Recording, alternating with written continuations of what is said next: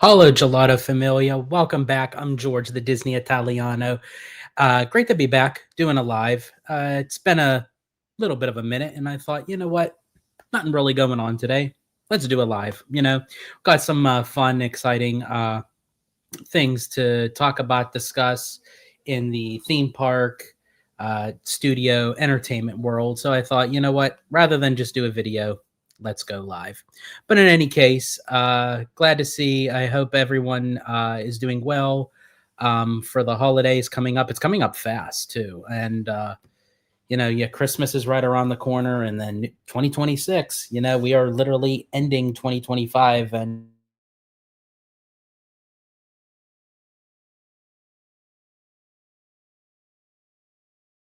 I think for a lot of people, sorry, got had a little bit of a connection there. Hope y'all can see me, hear me. Kind of cut out for a little bit here. But in any case, let's get to the people in the chat.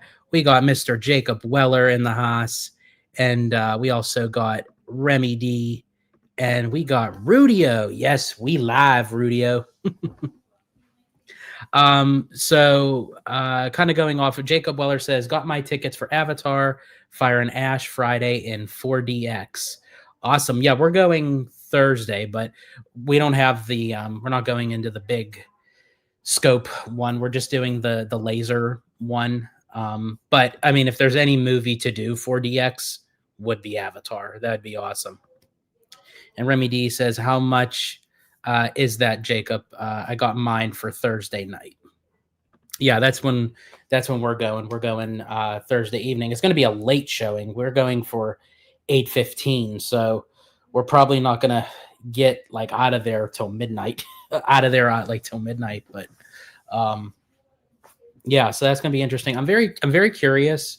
I'm hearing different things from people and critics, and as I said, I respect everyone's opinion, but I always like to see it for myself before I can like fully um give my own. But a lot of people are saying it's visually stunning, that they enjoyed it out of the other Avatar movies, like the scope, and James Cameron is like pushing the boundaries of everything.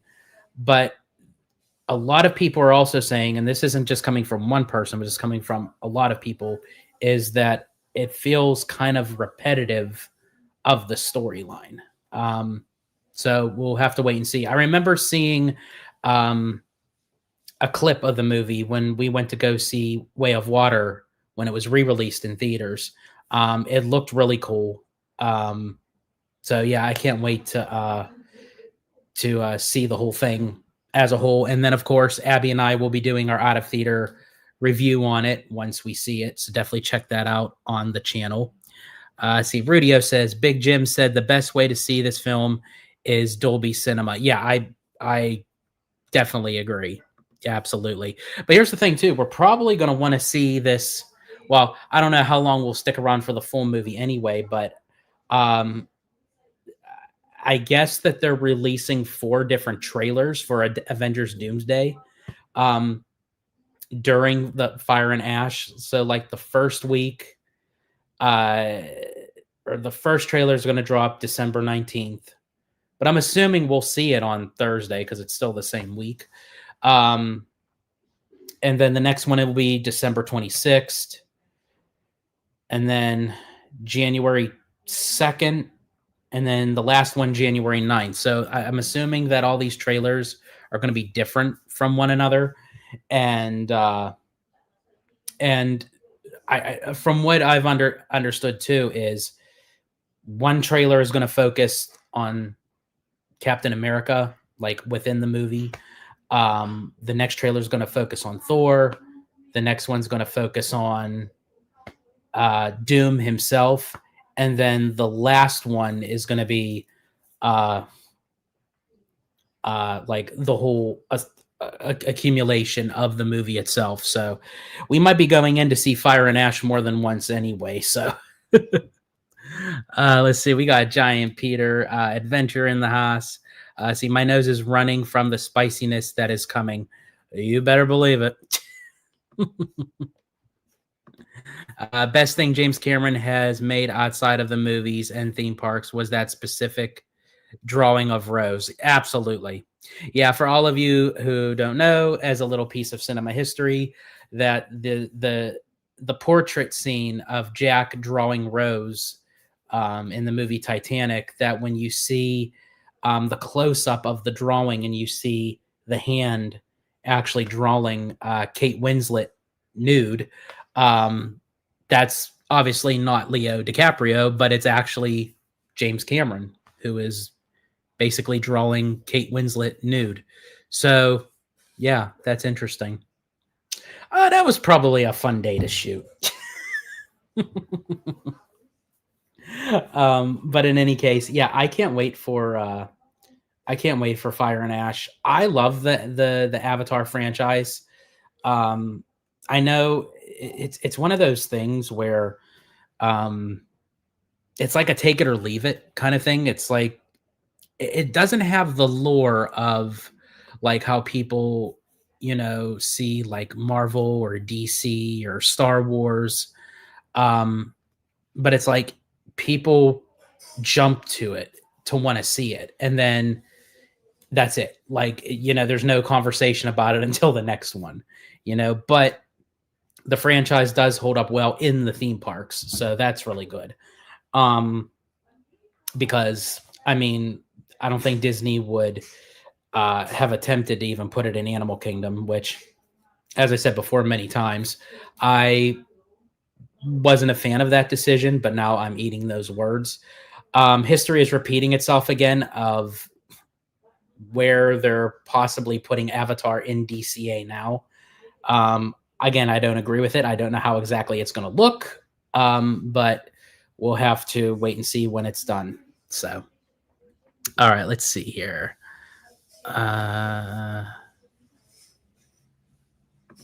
Let's see. Oh, you saw the actual drawing. That's interesting. See, Rudio says, fun fact, the benches that are on the side of the Frank G. Wells building are from the Titanic deck set. Oh, interesting. No, I did not know that. Well, he already made nude Pandorians. That is true. Yep. It was like $25 for 4DX. That really isn't that bad. Let's see. I skipped your summary of other people's reviews. If I'm looking forward to a movie, I don't even want to know what others think of it. That's true. That's fair. Yeah, absolutely. Yeah, I always say, like, I like to get people's thought process on it, their opinion, to have a conversation. But at the end of the day, I don't just strictly go by them. Like, I'll accept it, but I want to know what something is like for myself. And that's not even just movies. That's just, for me, life in general. That's like for television, for music, for theme parks, for whatever, I'll always take in a consideration of people's thought process and opinions on something. But if I really want to give my true opinion on it, I could talk about it, but I have to experience it for myself. I've never been skydiving before. So I can't say, oh, skydiving is no fun, or skydiving is this or that. It's like, I can give like my initial thoughts on it, like, I'm not sure about that or what have you, but I can't say point blank that it's not a good thing because I've never skydived before. Would that be something? I don't know. I think for me, for skydiving, I don't even know how we even got on the skydiving thing, but I think for me, it's not exactly jumping out of the plane or even going down. I think my thing is the landing, because I have bad knees as it is. And I know, like, when you land, you have to, kind of do like a running motion. And it's like, I don't know how that would go.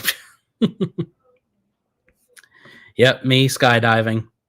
Of course, when you pulled like the parachute, mine would be the Italian colors.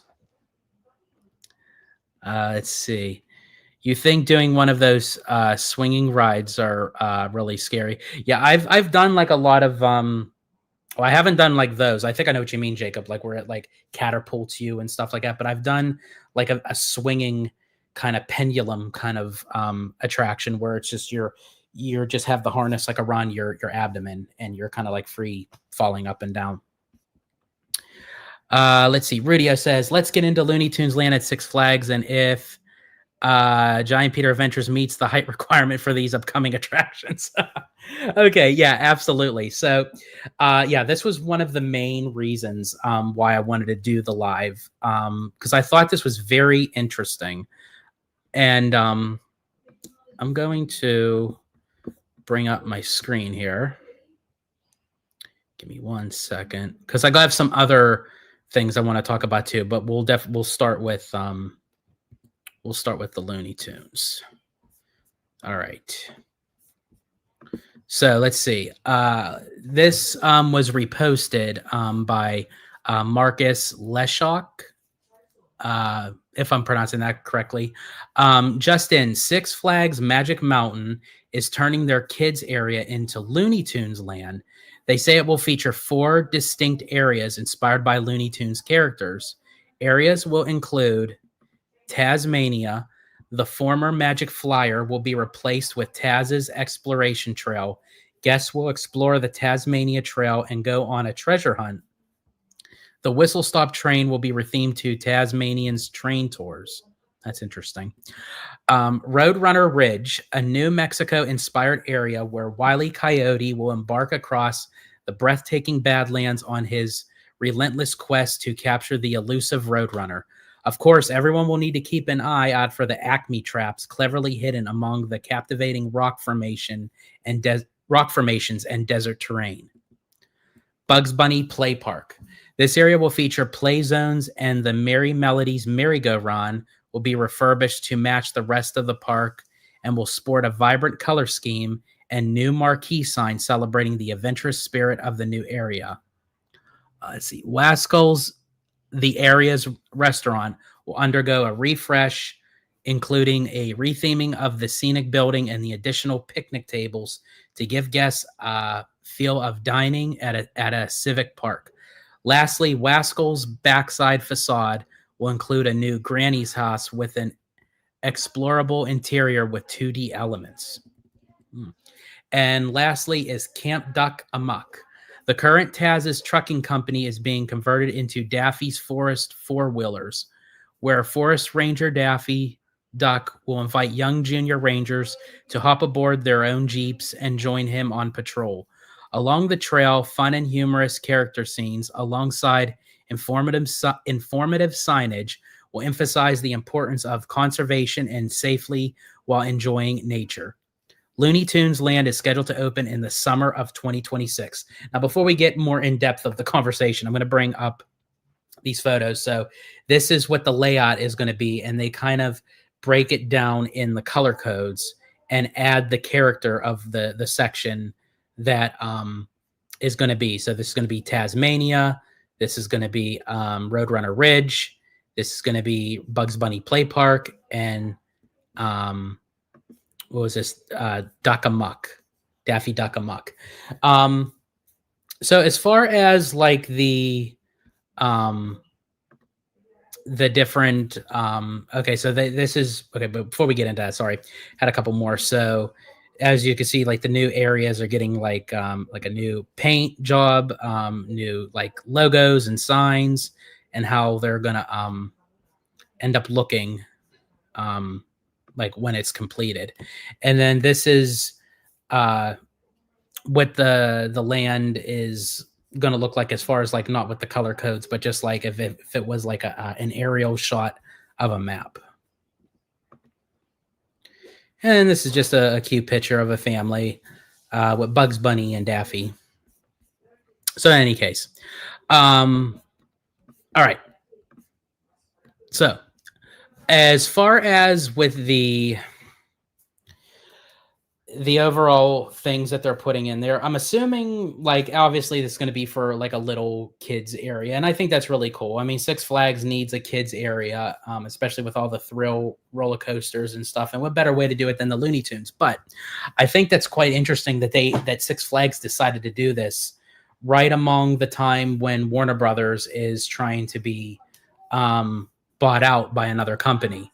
And I think for me anyway, Six Flags seemed kind of a bit concerned there that if obviously I think, you know, Comcast Universal is kind of out of the picture as far as, you know, kind of putting in for the bidding war.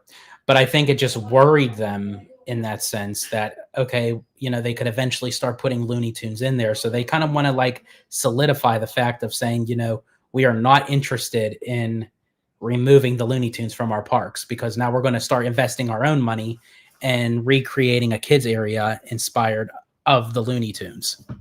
So I thought that was kind of a bold statement, kind of like the direction of like how the Looney Tunes will be used and represented in the park for sure. And also too, I will be going back to talking a little bit about the Warner Brothers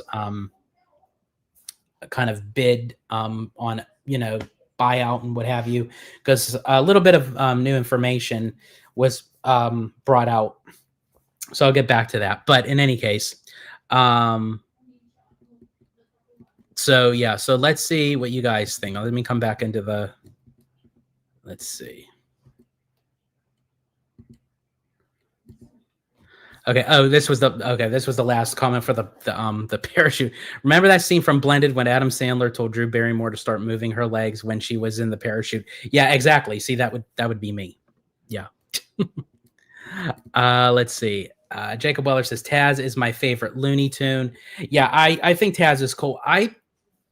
For me, I would have thought like by doing something with Taz, they would have done something a little more zany, a little more crazy. I feel like that the land of what they have represented doesn't really match Taz's personality, if that makes sense.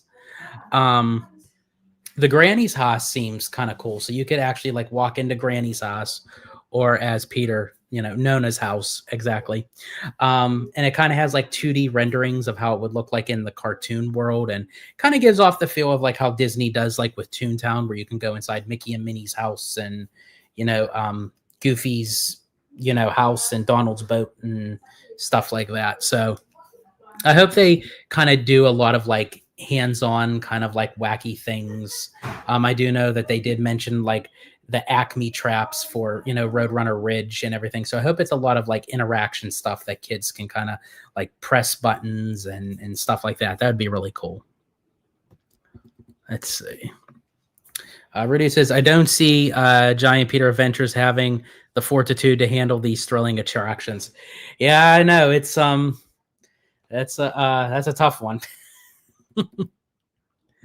Also too, like I know that they want to have something for kids, and you know, and it should be, but I think also kids still love to have a little bit of a thrill. So I'm not saying do something like extravagant, but or like something like, you know, but add something a little bit more than it just being like an exploration trail. Like you can do that for partial of it, but like for every land to have that, it's like, okay, give me something more to do, so to speak.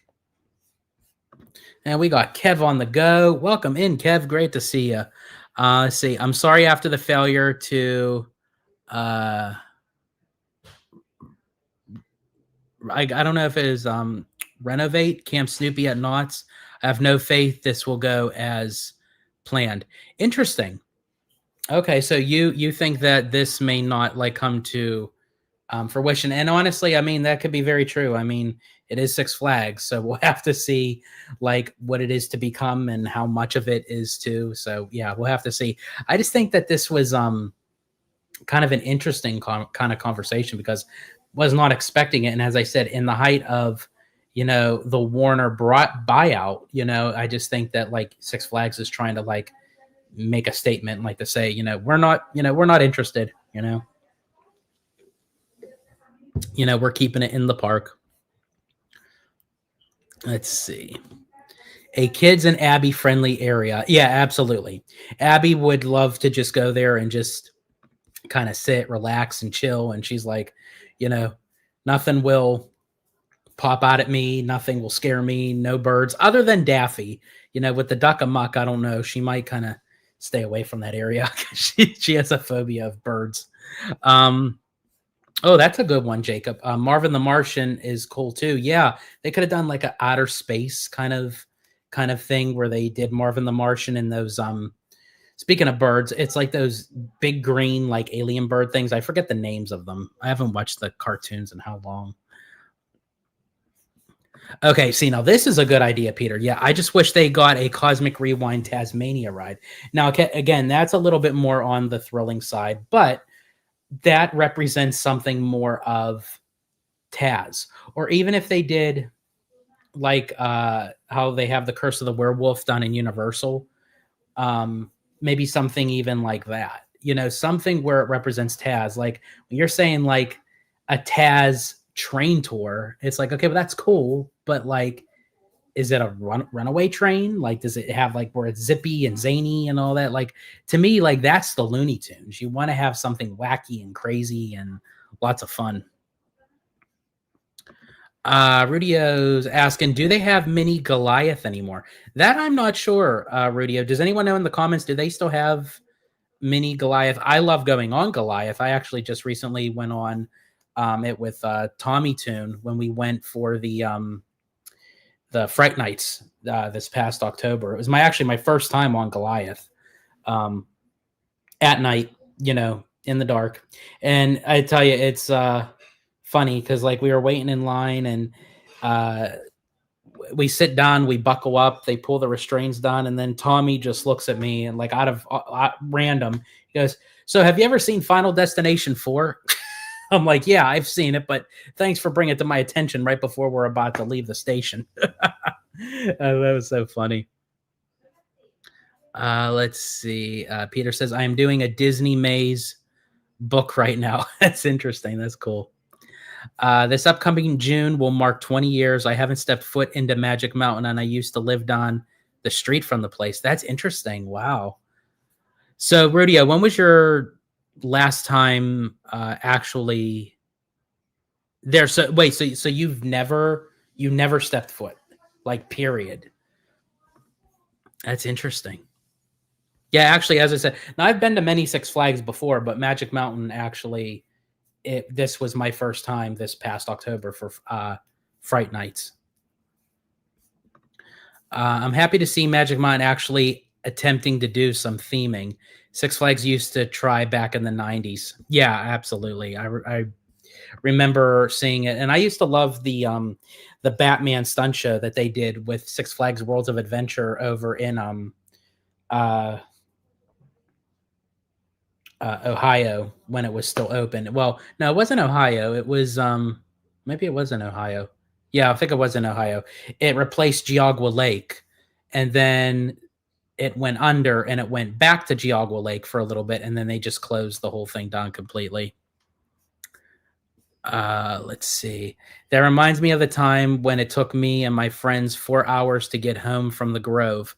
Randomly in the car, my friend is like, "I want some breakfast." That's funny. See, my last visit was when they had the grand opening of Tatsu in June 2006. Haven't been back six. Wow. So, okay. So, wow. Yeah. Okay. Almost 20 years. Wow. As I said, I can't really say anything because I've only been there once. So, um, but yeah. So I thought that was kind of interesting. As I said, I definitely wanted to bring that up. Oh, let's see.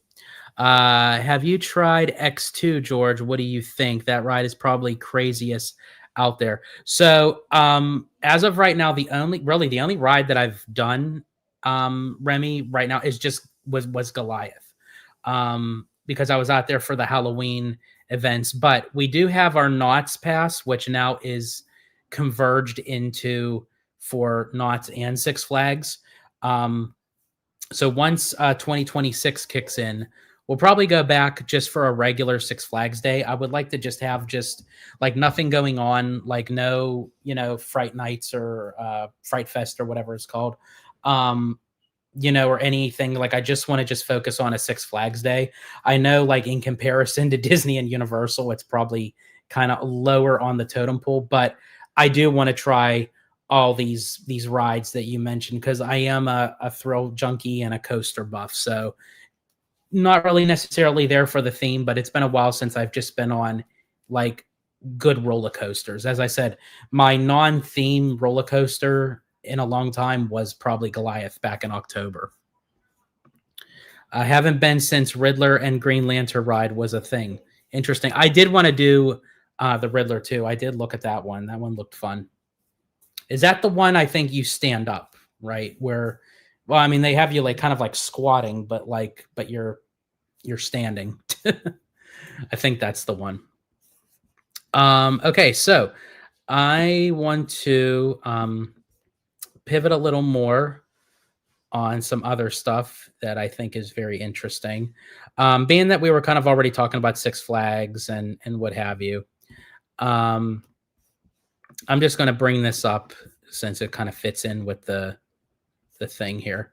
So this is coming from, well, this was reposted by Superman Saga News. Warner Brothers is planning to reject Paramount's latest offer to acquire the company. They see their existing agreement offers greater value, certainly in terms with Netflix. So it definitely seems like no matter how much that Paramount tries, because I mean, they did like four different bids and counter bids and threatened like a hostile kind of like takeover bid and what have you.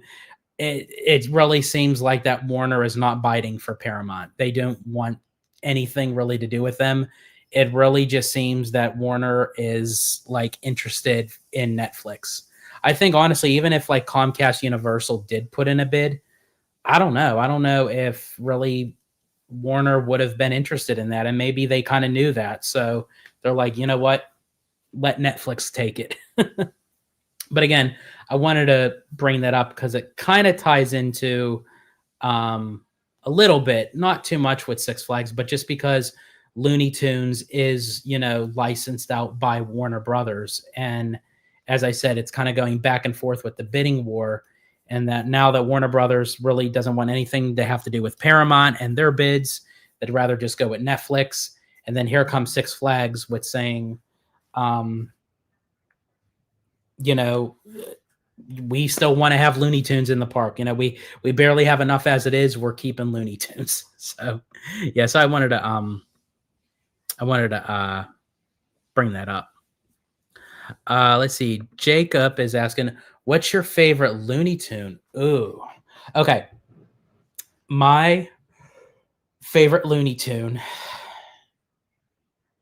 it would have to be Foghorn Leghorn. I love that character. I don't feel like he's utilized enough. Like you always have like the headliners of like, you know, Bugs and Daffy and, you know, even like Taz and Tweety. But I don't feel like Foghorn Leghorn like gets enough of like attention.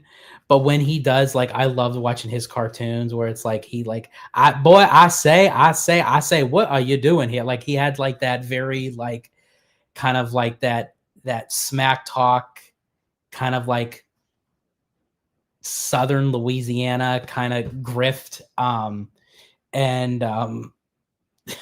There was one cartoon episode of his, part of the Looney Tunes, where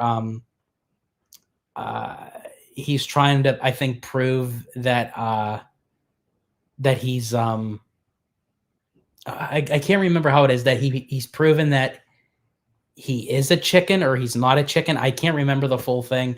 And he says a line where it's like, I say, sometimes it's not even worth getting out of bed. I love him. He's like, so yeah, so that's actually a very good question, Jacob. I don't think anyone has ever asked me what's my favorite Looney Tune, but yeah, it's definitely Foghorn Leghorn. See, I was initially against Netflix, then I was lukewarm. Now I'm team Netflix all the way. I'm actually right there with you, Remy D. I like, out of everybody, Netflix was literally on the bottom of my list. Like, I'm like, I hope Netflix doesn't get it. And then they have the breaking news of saying, like, okay, Netflix is acquiring Warner Brothers. I'm like, oh, that was quick. And I'm like, I mean, I'm not a fan of it, but I guess it is what it is. But the more like I'm reading like the logistics behind like each company and what their intention is to do with Warner, I started like kind of slowly getting into the notion of Netflix, owning Warner. So yeah, and now in comparison, if it was like between Paramount and Netflix, I want it to be Netflix.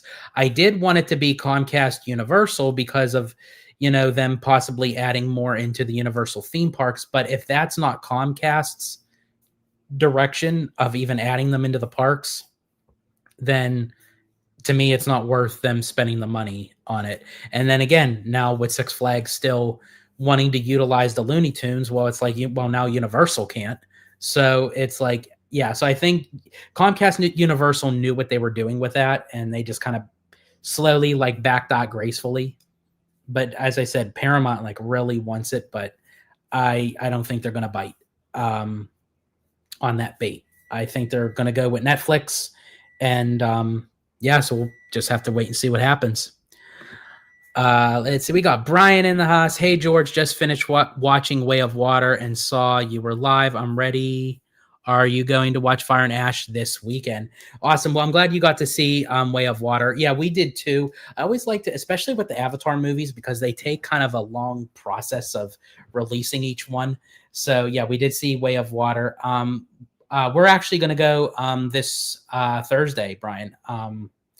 And hopefully, as I said, we'll catch the first out of the 4 Avengers Doomsday trailers. So we'll have to wait and see on that one. I'm very eager and anxious to see what that holds. Okay, so we're going to continue going down the pipe here. Okay, so next up, this is courtesy of Boardwalk Times. On this day, 73 years ago, WED Enterprises was founded by Walt Disney to design and develop Disneyland. WED Enterprises is now known today as Walt Disney Imagineering. So I just had to share that because since I was going live, and it's like 73 years of Walt Disney Imagineering. And as it said, like it started as WED Enterprises, but essentially it's the same department, same business, just different title. But yeah, they've been making magic in the theme parks, and then eventually like the cruise line and other experiences for 73 years. I remember I received the D23 magazine, and I think it was for the 60th anniversary of Walt Disney Imagineering. So that was 13 years ago. Wow. Good golly, Miss Molly. Let's see. Oh, and I had to bring this up because I thought this was like the cutest thing ever. Abby actually sent me the reel on Instagram, and I guess that they have it here on X too. But this was from Disneyland News Today. Married couple visits Disneyland every year since 1955. So they've literally been to Disneyland every year since it opened. So literally they've been going for 70 years. So I say, I thought that was the coolest thing ever, that they literally got to see the first 70 years of how Disneyland was created and transformed and grown, and it was like established, like to know like what it was like back then, and then what it was like now, and then like what it's going to be like moving forward. So I just thought that was awesome. Like what a unique gift that they got to share together as a married couple, to literally be going to Disneyland together for 70 years. Like that's awesome. Okay, before we move on, let's see. I'm going to catch up with the chat here before we move on. Let's see. Jacob says, what's Abby's favorite Looney Tune? Ooh, that's a good question. I don't even think I've even asked her that. I think, and she's not, unfortunately, she's not in the chat right now, and she's not home. She's still working. So if she does happen to jump in the chat, or she does come home, I'll definitely ask her that, Jacob. But if the live ends before I ask her for the next live, I will definitely answer that, because that's a very good question. I don't You know what? I'm going to see. Hold on. I'm actually going to text her because now you have me curious.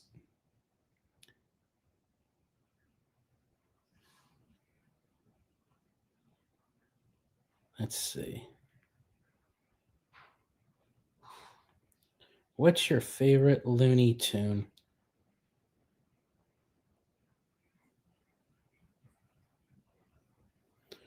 She texted me a little bit ago because she's still stuck at work because the state just got there. And then I'm like, okay. And then I'm like, what's your favorite Looney Tune?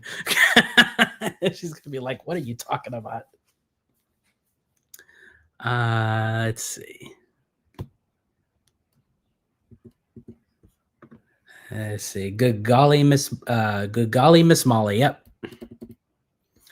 Let's see. My mom sent me the reel on Instagram saying it's going to be me and my future wife in 70 years.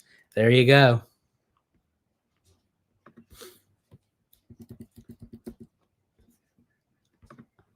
Let's see. Didn't the couple get the memo? Disneyland is no longer what it used during Walt's day.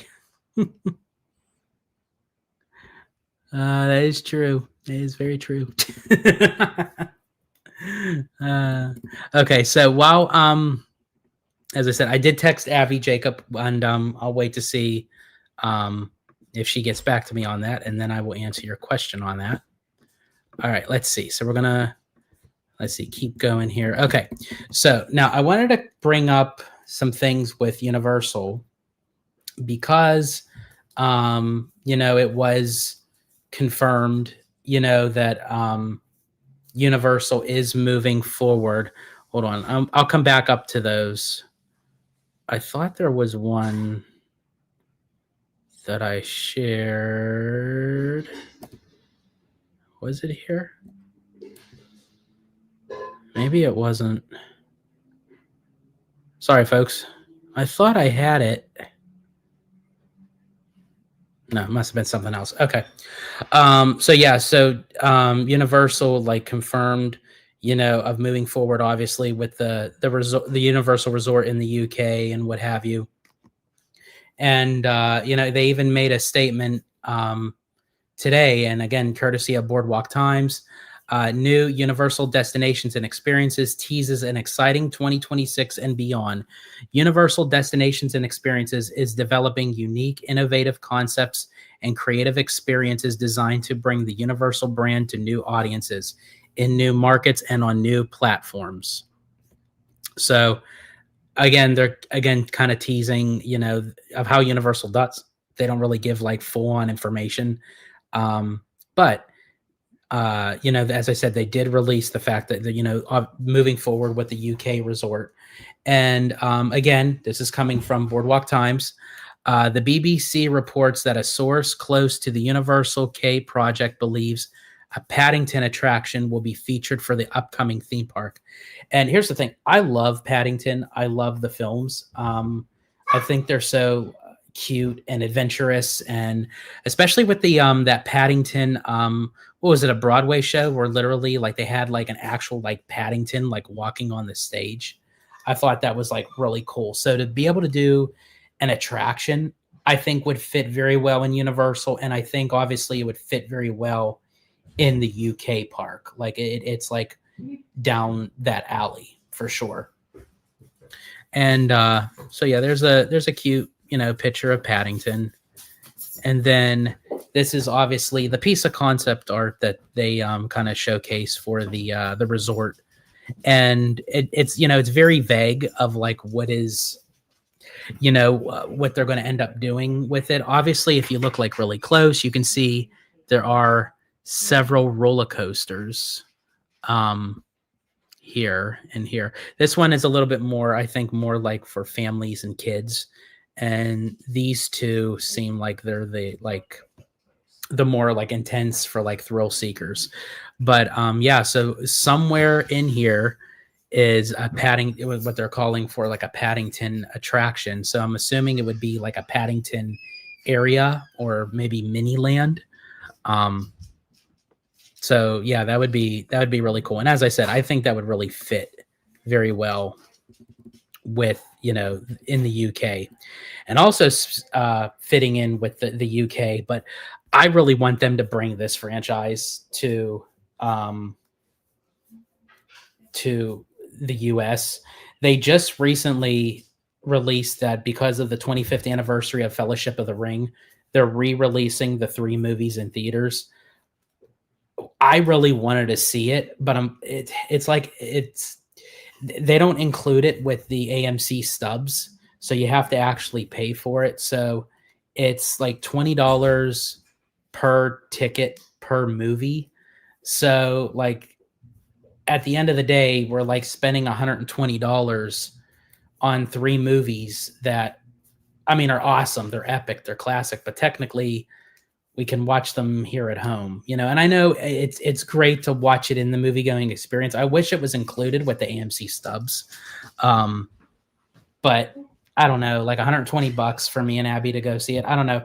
I was kind of contemplating it. Abby and I were talking about it last night, and we're like, well, we have stuff to pay off, and with the holidays and everything, is like this something that, and we just kind of decided not to. But in any case, as far as the theme parks go, this would fit so well in the UK park. But again, I would be happy for them, but I'd be so jealous and bummed that we wouldn't get the Lord of the Rings out here domestically. But I can see why it would fit so well in the UK. So this is coming from Discussing Film. A Lord of the Rings ride may be coming to Universal's upcoming UK theme park. And again, I think this is a little bit more of a stretched out model because this part was all cut off. I don't know. I'm wondering if this coaster right here is Back to the Future. I don't know. I'm thinking that's going to be Back to the Future. And then you kind of see these like these big show buildings.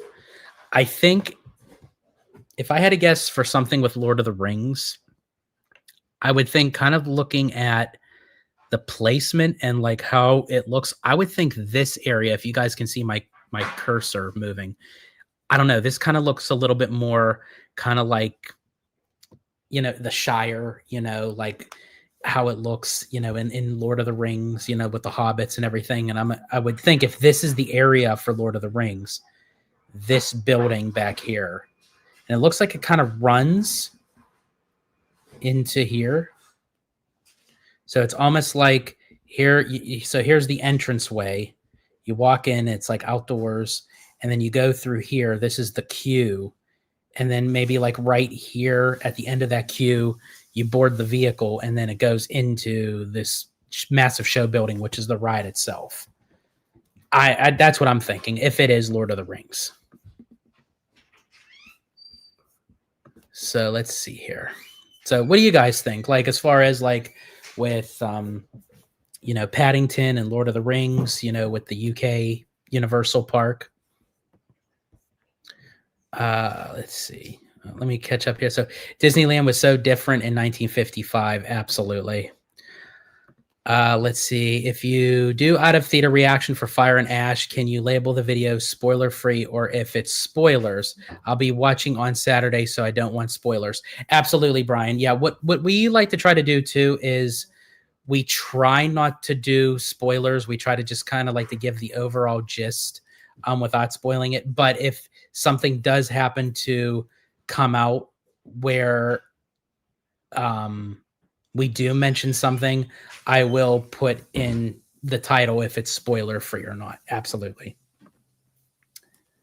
Let's see. Remy D says, I'm shutting down my internet for the next couple of days until I get to see the movie. Even thumbnails of reviewers' face is a spoiler. That is very true. That is very true. Although there are times where a lot of people will they'll make a face where it intrigues the viewer, and it may not necessarily be what the face really is. So it can kind of go either way with that. Let's see. Good idea. If I'm going to watch a 3-hour plus movie, I don't want a spoiler at all. Yeah, it's very true.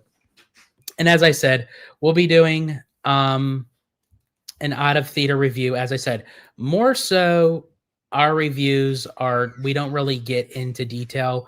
Like we'll more so say like of how the visual effects are, and and I might say like there are some scenes in there that really got our heart pounding and stuff like that. It kind of like amps up the person to kind of get excited. I'm not one that likes to do a review and say, oh well, in this scene this happened and this, because I wouldn't want that done to me, so I know exactly how it is. So that's how I would actually do my review, But I completely agree with you guys. It's like, yeah, if I'm going to sit there for like that long of a movie, I want to know what it's like for myself. Jacob Weller says, Lord of the Rings will hit hard. Absolutely. Yeah. Are any of you planning on seeing the Lord of the Rings in theaters for the Fellowship of the Rings 25th anniversary? As I said, it was $18, but as I said, they have like the tax and the fees and all that, so it came to like 20 and some change. So yeah, so it's like over $120 for me and Abby to see the 3 movies. Yeah, I'm curious. Let me know what you guys think. Are you guys considering on going to see Lord of the Rings? Because as I said, we really wanted to, but we thought it was included with our AMC stubs. Let's see. That dragon animatronic for Toothless Kids is awesome looking. Oh yeah. Yeah.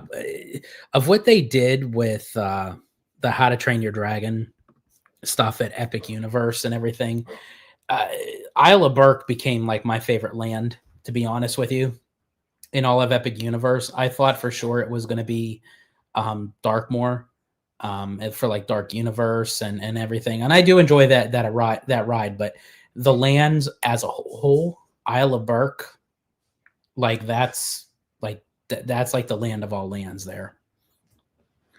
Let's see. Just spoil if you find the California connection element. That is true. That is true. Like I am very curious with that, because that's again what's worrying me of like where they're placing Avatar. Like I don't get it. I don't see. So you're walking down Hollywood land, because from what I understand is they're just using the back lot for Avatar. Like they're not actually bleeding out into the Hollywood land. So you walk down the strip and then you go, Marvel on the right, Avatar on the left. Like, I don't know, unless they're doing it more as like, yeah, you're in Hollywood. So you have these big Hollywood blockbuster franchises such as Marvel and Avatar. It's like, I hope that's not the route they go, but we'll see. I have no idea. Like I'm trying to take guesses because I still have tons of questions that they're still not answered. But yeah, it would be kind of funny if they kind of gave a like a spoiler or something where it says the state of California. I'm like, there's the connection right there. Oh, there it is. That'd be funny. But yeah, so yeah, we'll definitely have to wait and see on that for sure. Let me see. I thought there was a couple other things here. Oh yes, of course. So another piece of news that came out. Now this is like for like Disney geeks like me. I know a lot of people are like, okay, it's not really exciting, but I mean, for me, this is like one step further going into, the process of, these new experiences coming. So courtesy of blogmickey.com, Disney World receives permit approval for next major phase of Villains Land and Cars construction at Magic Kingdom. And then, of course, they have their article there. And WDW News Today kind of elaborates on what that permit is. So drainage permit approved for Cars and Disney's Villains area and Magic Kingdom. So again, I know that doesn't sound like a whole lot of like news. And it's like, oh, wow, drainage permit. But the fact that they actually got the permit filed and approved tells me that they're one step closer to get things up and running with that area, because I'm very curious to see what they have for. I think as far as what Cars go, I'm just curious to see how like the aesthetics and the execution is going to look after it's done. We kind of have an idea of what it looks like, with villains, it's very vague. I mean, we just got that one piece of concept art. We know nothing of like what the land is going to be called. What we know that they said there's going to be one roller coaster, one dark ride, but what are they titled? What's the ride system like? What villains are going to be showcased? Are there going to be audio animatronics? Are there going to be any live entertainment? Are they going to do meet and greets? What's the dining and, merchandising going to be like? We know absolutely nothing, and even the aesthetics of the land itself, we really don't know if that's the route, that they're fully going with, let's see. Brian says, what is that one thing you need to see from Villains Land for you to be happy? Oh, good question, Brian. That's the thing, Brian. You come up with some like really, really great questions. Let me see.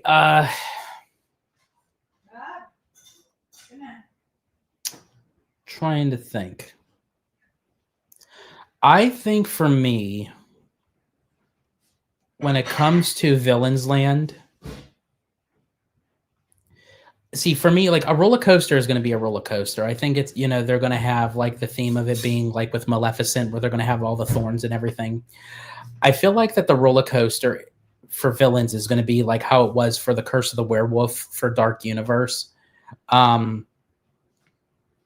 But I feel like the dark ride is what's really gonna like make or break it for me, because the dark ride, I want to see full-fledged audio animatronics, and it could tie in like screen based, visuals and stuff. But I want to see like a multitude of audio animatronics, like how they did with Monsters Unchained. Like, I don't want to see like one or two audio animatronics like they did the Navi River Journey, where we just got the shaman, and it's like that took up the whole budget for everything else. It's like, no, I want to see like a dozen Disney villains like in audio animatronic form. And I'm not talking about like cheaply made audio animatronics. Like, I want to see like breathtaking, like realistic animated versions of themselves, of how they are, where they literally go from page to reality. Like, that's what I want to see. I think that for me would make me very happy. Like, I can accept the fact of how like the aesthetics of like the architectural, would look, and how the roller coaster is and what have you. But if they can make one good, like highly in-depth dark ride, that would seal the deal for me. See, Remy D says, it would be really cool if the roller coaster travels through a section of the dark ride. See, that would be really cool, because you would have two separate attractions, but yeah, they would kind of like intertwine and link together, where, partial of the dark ride, you can kind of see like of something of the roller coaster and vice versa. Sort of kind of how like they did with the People Mover, like where it kind of intertwines like into, Space Mountain and Buzz Lightyear Space Ranger Spin, and even like the Disneyland Railroad, where it kind of goes through like Tiana's Bayou Adventure and what have you. So that'd be really cool. That'd be really cool. Yeah. So yeah, that would be my make or break. I think honestly, it has to be a very like highly complex dark ride, and I think the fact with what they did with the that episode of We Call It Imagineering, where they said that they were working on the newer technology, and they mentioned audio animatronics of Mike Wazowski, Lightning McQueen, and Hades, to kind of like put on like features of like blood or cuts or crying or blushing. I think it's interesting that they mentioned like those three characters in particular. Mike Wazowski, obviously, because of the new Monsters Inc. land for the ride itself, and then that new Monsters Inc. show that's going in the Muppets theater. Lightning McQueen, I guess maybe if they wanted to update the audio animatronics for like Radiator Springs Racers or what have you. But then they mentioned Hades, and it's like, that's like a like out of ballpark character for you to make an announcement, especially if you're doing a Villains Land. So does that tell me like there's going to be like a highly complex Hades audio animatronic somewhere. That would really be cool.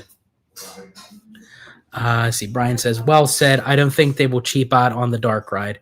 I hope not. I don't think so, but yeah, that's, let's see. And ride horses. Yeah. I think honestly, I don't want to go into it too much because Abby and I are going to be doing a kind of like a end of the year going into the new year 2025 recap and then predictions live. So I have some things I want to say, but I think I'm going to save that for that live. So I want you guys to know that on the 26th, the day after Christmas, it'll be added. I'll add the live up to the Hollow Gelato YouTube. We'll be doing Abby and I as I said, end of the year recap and going into 2026 news and predictions. We're going to do it live because we want to hear your guys' thoughts and ideas and opinions and predictions and all that. So we're gonna do that the day after Christmas. So definitely look out for that. That's going to be a cool live. It's going to be a kind of a long live. It's going to be very extensive. So if you guys have the time, please feel free to jump in. Let's see. Rudio says, F it. We'll do it live. Absolutely. Yeah, again, Rudio, yeah, that was like my thing. It's like, okay, we're going to be talking about like we're recapping 2025. And then, going into 2026 and everything. So a little taste that's like, yeah, so we'll do it live. So a little taste of what I'll be mentioning, because we're also going to be mentioning like D23 stuff. And I feel like with D23 for this year, they're going to more so announce stuff that's, already kind of set in place, but we're just going to get like added additional information, like of what the ride system is going to be like and what the ride vehicles are going to be like and the track layout and what the actual rides are going to be called or what the lands are going to be called and maybe some sneak peeks of like some audio animatronics and stuff like that. We may get some new additional things here or there, but I don't think they're going to give us big groundbreaking announcements like they did last year when we still have questions and need answers on stuff that they already announced, So that's a little teaser of a prediction for D23, but there's a lot more that I'll go in depth with Abby and with all of you on our Hollow Gelato Live on December 26th. So let's see here. Let's see.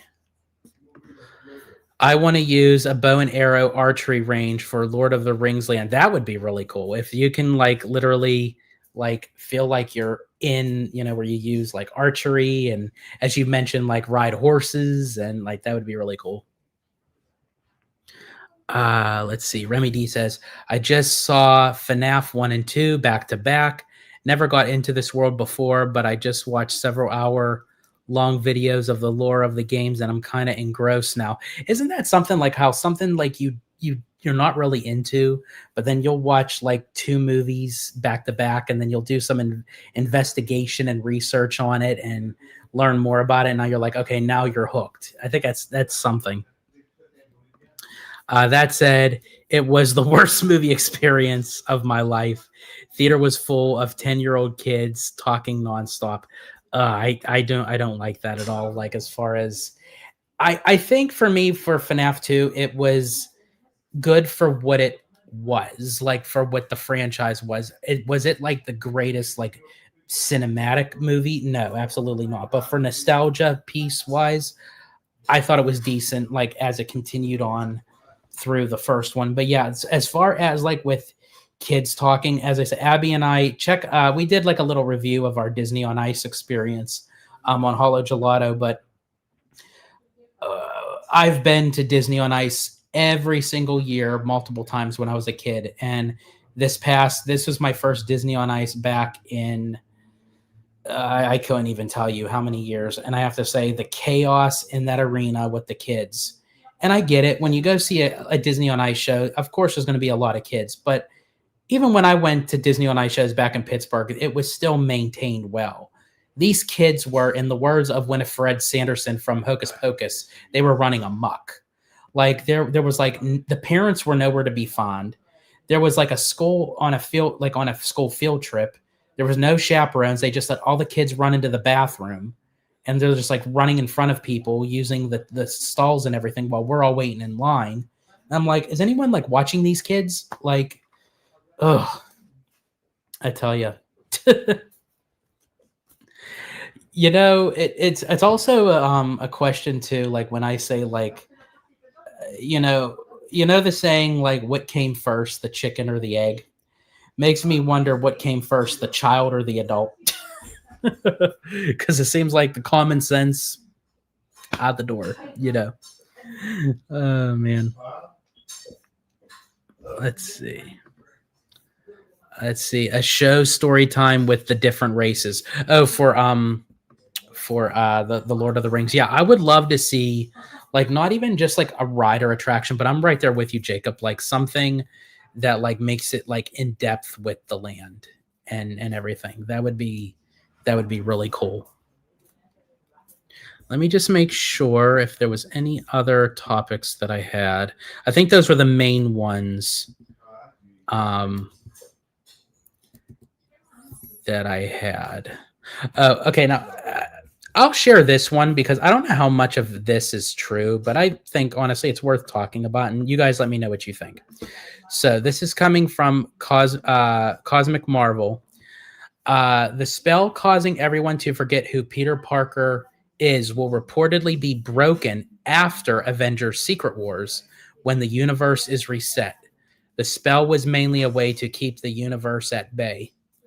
What do you guys think of that? Like, do you feel like that's going to be the route that they're going to take with that? Will that spell be broken after Secret Wars? Because we don't even really know what is going to be of Secret Wars, because we still have to see Doomsday and we still have to see Spider-Man Brand New Day. So it's like, I'm for sure they'll have like some kind of interconnecting web, no pun intended. That's like kind of like intertwining throughout these stories, where if they do go that route, it would make that sense that the spell would be broken after the fact of Secret Wars is over. So let me know what you guys think. As I said, it's not like a big breaking story because again, we don't even know if it's fully true. I don't know if it's just hearsay or what have you. But I mean, I thought it would be a good conversation piece. Let's see. Jacob Webb says, what do you think of new Frankenstein? I haven't checked that out yet, Jacob. I definitely will.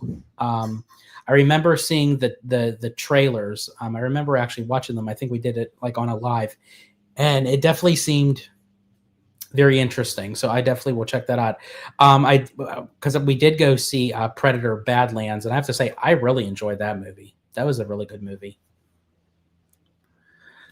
Let's see. Rudio says Marvel crashed the glass by bringing back Chris Evans. All these desperate moves don't surprise me. Yeah, I feel like honestly here's my thing, and I could be wrong.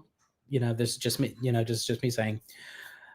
The fact that they're going back with Avengers, with Doomsday and Secret Wars, I don't necessarily think that was ever going to be their intention. I felt like when they did Avengers Endgame, that was going to be it. But because after Endgame and they started doing all these, interplot stories and everything in movies, that just wasn't hitting right. And they're like, okay, we kind of have to go back and like, let's give them what we know will work.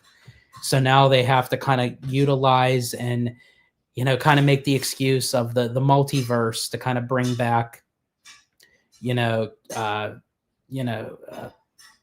Steve Rogers and all these characters that we thought that it would be done and over with, but so it's like, okay, that's a sure bet. This will grab the audience back into our good graces, because I mean, Marvel for a while was not doing well. I mean, they were on more like Star Wars Lucasfilm level, and that's sad, really. But I think even that's why they're releasing Endgame back into theaters to kind of give people like a refresh, sort of like how James Cameron does with Avatar. Which actually Abby and I will be going to see Endgame again in theaters. So I could be a bigger wreck than what I was for Wicked for Good.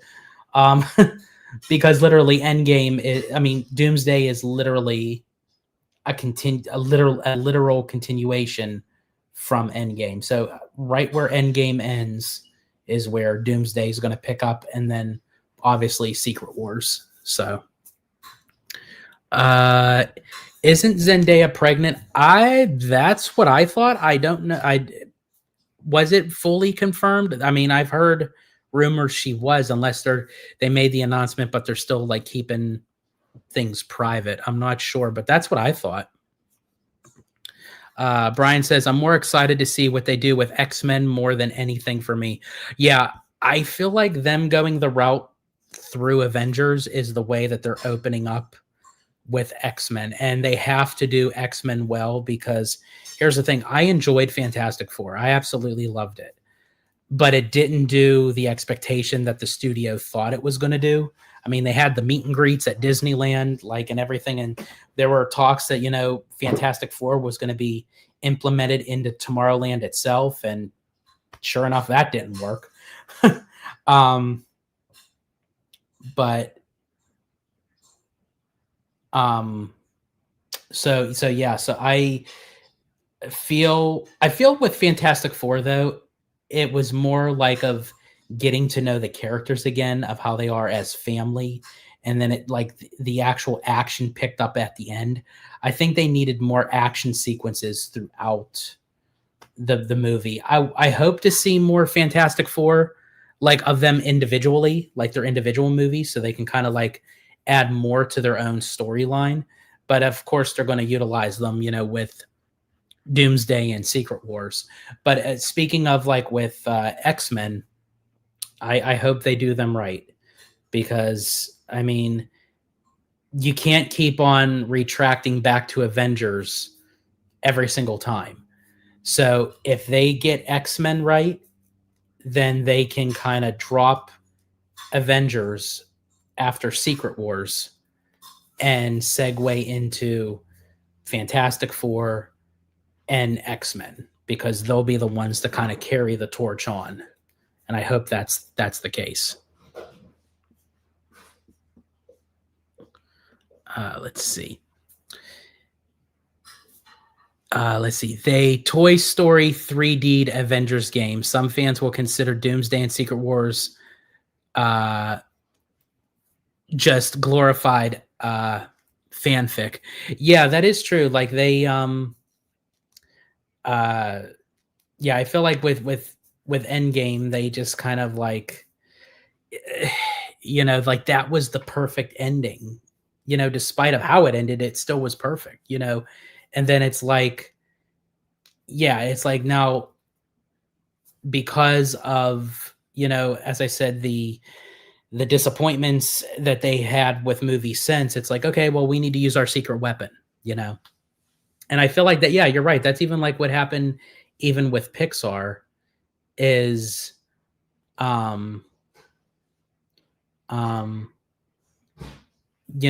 it's like, well, Toy Story is a cash grab. It's an easy way to get people to go see it. So yeah, we'll do a Toy Story 4. And then that was a blunder. Now it's like, okay, well, now we need to do a Toy Story 5. So yeah, so I can see, I really think that Doomsday and Secret Wars would have not even been considered had they just would have went the route after Endgame and just, made, great movies, and then honestly moved into X-Men. I think they waited too long to move into X-Men, and now it's like they have to retract to move forward. Let's see. Have you guys seen the Disclosure movie trailer? I've seen that they released it. I didn't watch it fully yet, but Abby and I will be doing a trailer reaction. So definitely look out for that on Holo Gelato as well. Because aside from us doing out of theater reviews, we do like teaser trailer reviews and reactions, music videos. and stuff like that. Eventually, I would like to do, like how a lot of these YouTube channels they do like reactions to actual like movies, like where they watch them in real time and you watch the person react to what they're watching. That's eventually what I would like to do. Obviously, you can't have the whole movie running because of like copyright issues, but like of how they do it where they cut into pieces. And I think that'd be really cool. That'd be fun. See, the original X-Men movie is one of the best superhero movies for me. Good story and the visuals for its time were excellent. Oh, I love the X-Men movies. X-Men, X2, and Last Stand, and yeah. So I'm very curious to see how Marvel does it than like how Fox did it. So I'm very curious. And then obviously I'm for sure Hugh Jackman is going to reprise his role as Wolverine because he said that he felt that he was done after Logan. But after coming back for Deadpool and Wolverine, he said he wouldn't mind donning the suit on again, that there's still more story to tell with him as Wolverine. So that's cool. Let's see. Did you see that they casted the last two of Shrek's kids for Shrek 5? I did hear about that, but also speaking of Shrek 5, did you hear that it got pushed back again? I think it got delayed again to June 2027. I don't know. I wonder if that's because of an animation thing, like of how they were scrutinizing the animation, and they're kind of backtracking, sort of like how they did with Sonic. You remember how Sonic looked like when they first released? Oh my God. Oh, good gravy. It looked like his mom knew his cousin too well. But in any case, but they had to like redo the animation. But the thing was, I think with Sonic, they could have done it a little bit more quicker because they were just dealing with one character. When you're dealing with a full-fledged animated film and it's not a blend of like CGI with live action, but like a whole movie like Shrek where you're not just dealing with one character, you're dealing with all the characters and all the visuals to kind of match together. They might have had kind of restarted from the drawing board and knew that it was going to be longer than anticipated. So I wonder if they kind of pushed back the release date. See, Remy D says, I follow a few full movie reaction channels. They have the highlights on YouTube, but they put the full reaction on their Patreon page. They just need you to sync your copy of the movie with theirs. Okay, that's interesting. I'll have to look into that, Remy D. Thank you for that. Because I always was curious of how they did it. I'm like, are they watching it? Like, are they sharing their screen? Like, how do they do it? But it was something like, because I started watching it, several of those as well. Remy D, because you say that you follow a few of them.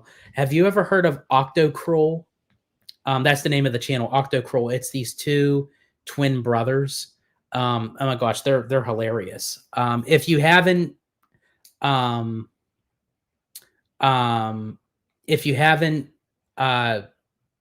checked them out, Octocruel, and the Cruel is with a K. So I think it's, or is it the C for the C? I'm not sure. I have to let's see. Yeah, so I think Cruel was with the K. So it's Octokrol.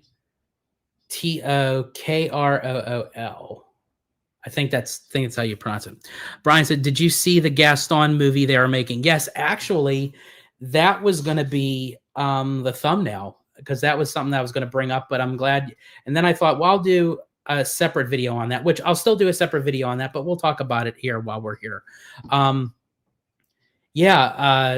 They're going to do a live action Gaston, and from what I understand is I guess they'll do a whole new recasting, because they said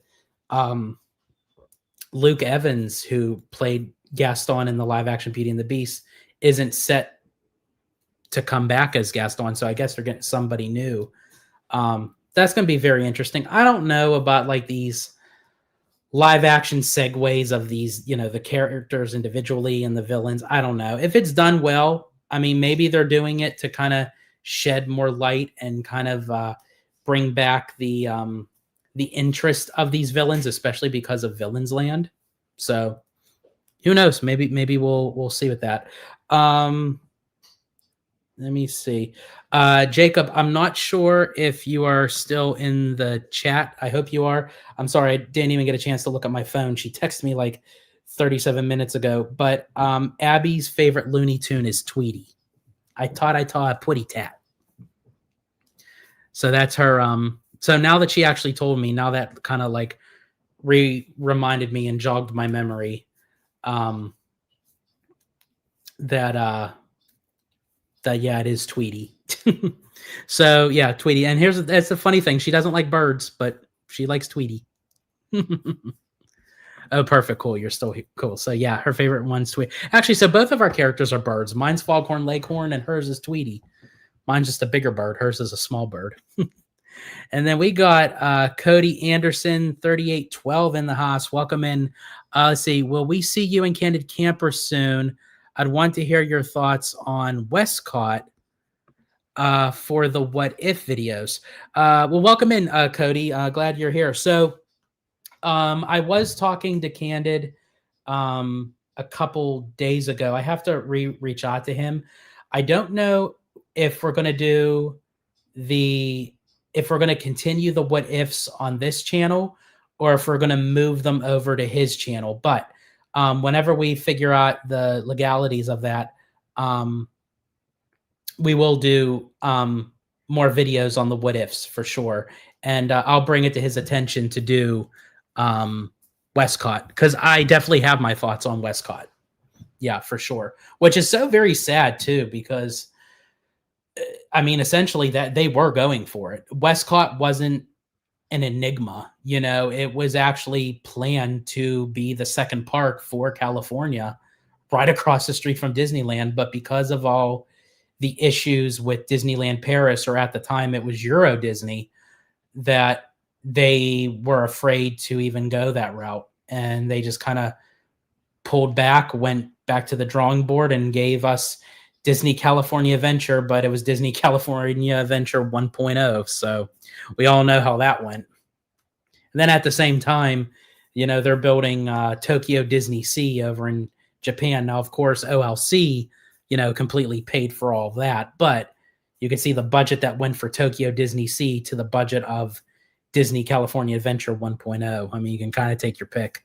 But yeah, I definitely have some thoughts on Westcott in general of how it was going to be, what it was supposed to be, and my thoughts if they were to continue on with it, how would it be and what they would implement it. Because I think at that time too, it would have been more traditional Epcot, like from the 80s into the early 90s. I think now if they were to do Westcott, I feel like it would be utilized like with maybe like countries or continents, but it would still be heavily Disney IP related into those areas for sure. Yeah. But yeah, I'll definitely reach out to him and see what we'll do with that. So yeah, but we'll still be doing What If videos, and as I said, if we do them over here, definitely you'll get notified, or if it's over on his channel, or maybe a little bit of mixture of both, we'll see.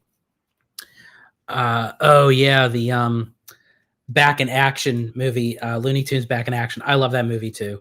I'm sorry, Space Jam and honestly Looney Tunes Back in Action, like they're two very different movies of the Looney Tunes, but they're done so well with taste. Like I absolutely love those movies. I haven't watched that in a long time. It's like, even though I love that movie, it's like you forget about it until someone actually brings it up to you. So Jacob, from you mentioning that, now that makes me want to watch it. So thank you for that. I'll have to like look it up and watch it for sure. I love that movie. I actually think I remember last time I watched that, it was on a plane. and I was either going to Orlando or I was actually coming out to California at the time when I was still living over in Pittsburgh. So yeah. Let's see. Cody says, I think for Westcott, they should make the American Pavilion based on New York, like at Disney Sea.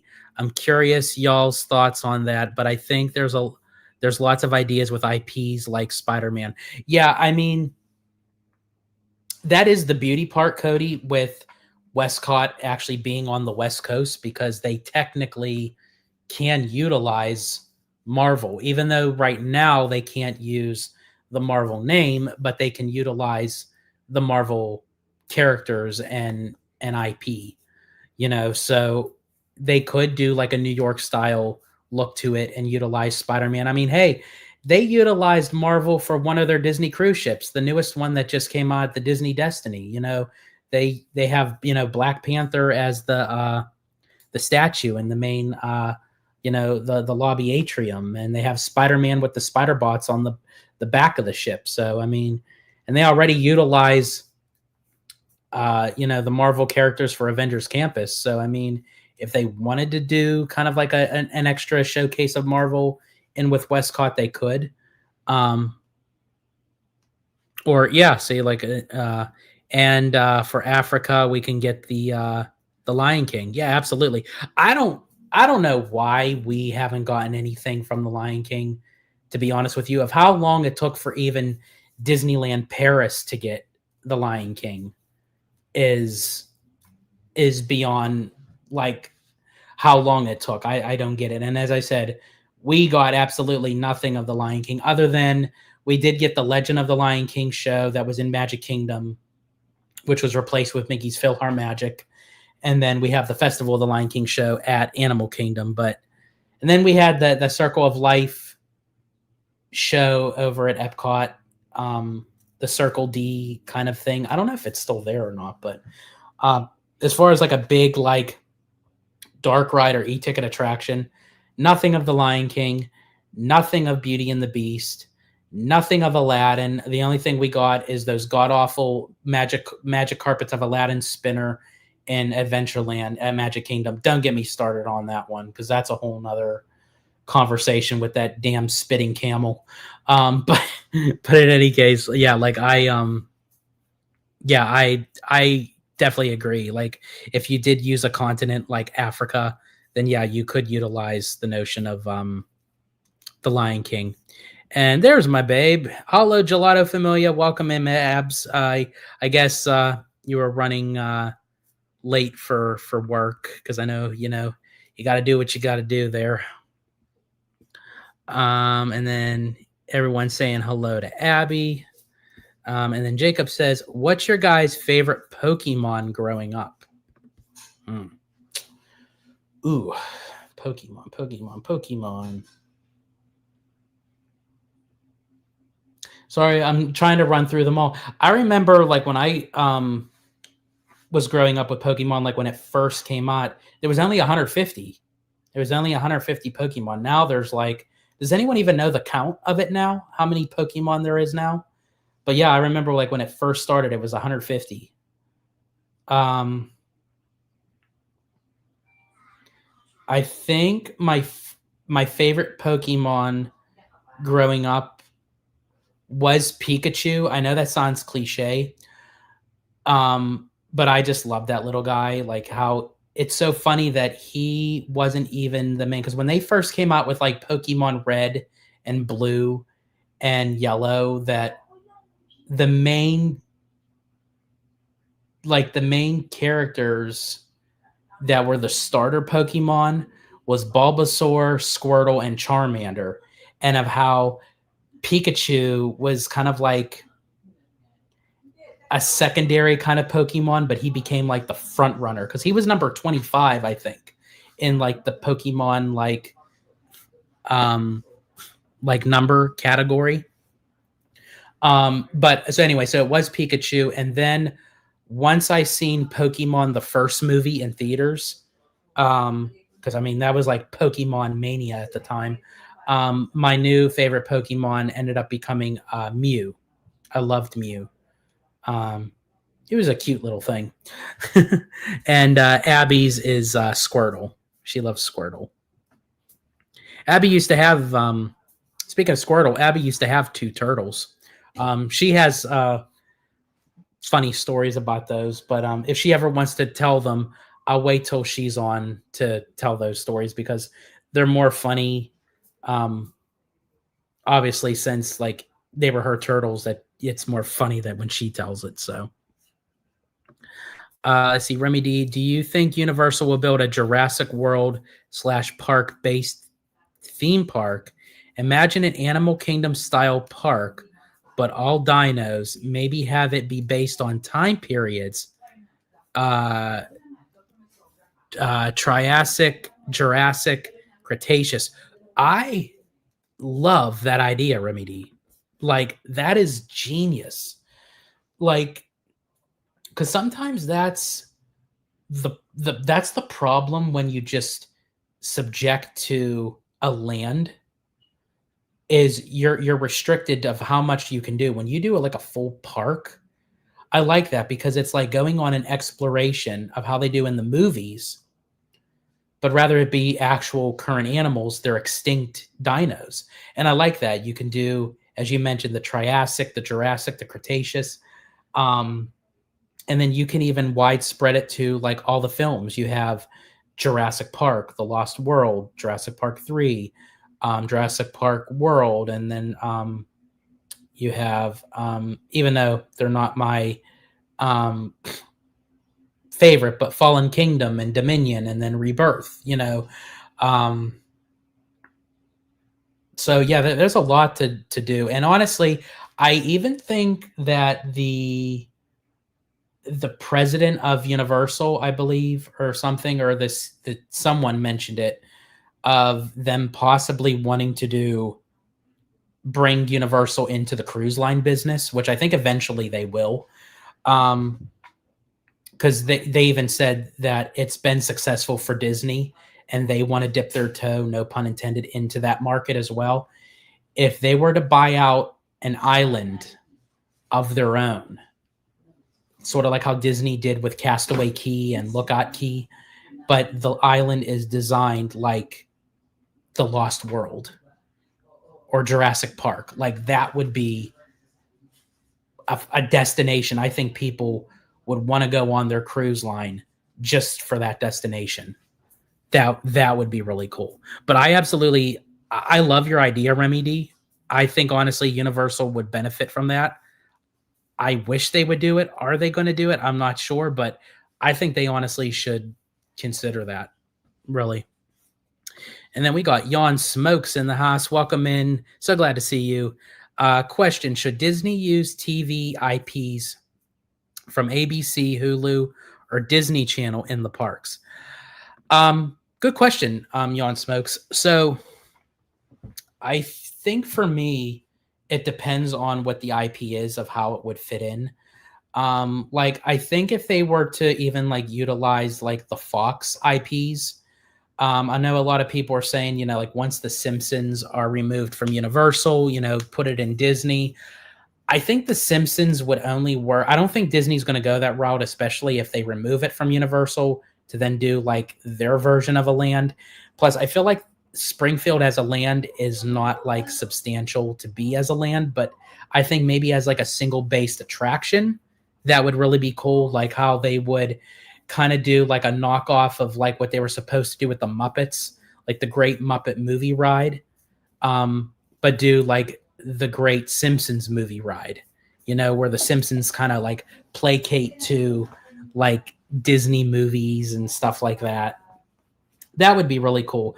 More of the Fox properties, like if they wanted to utilize like Planet of the Apes, that would be like really cool if they did something like an Animal Kingdom.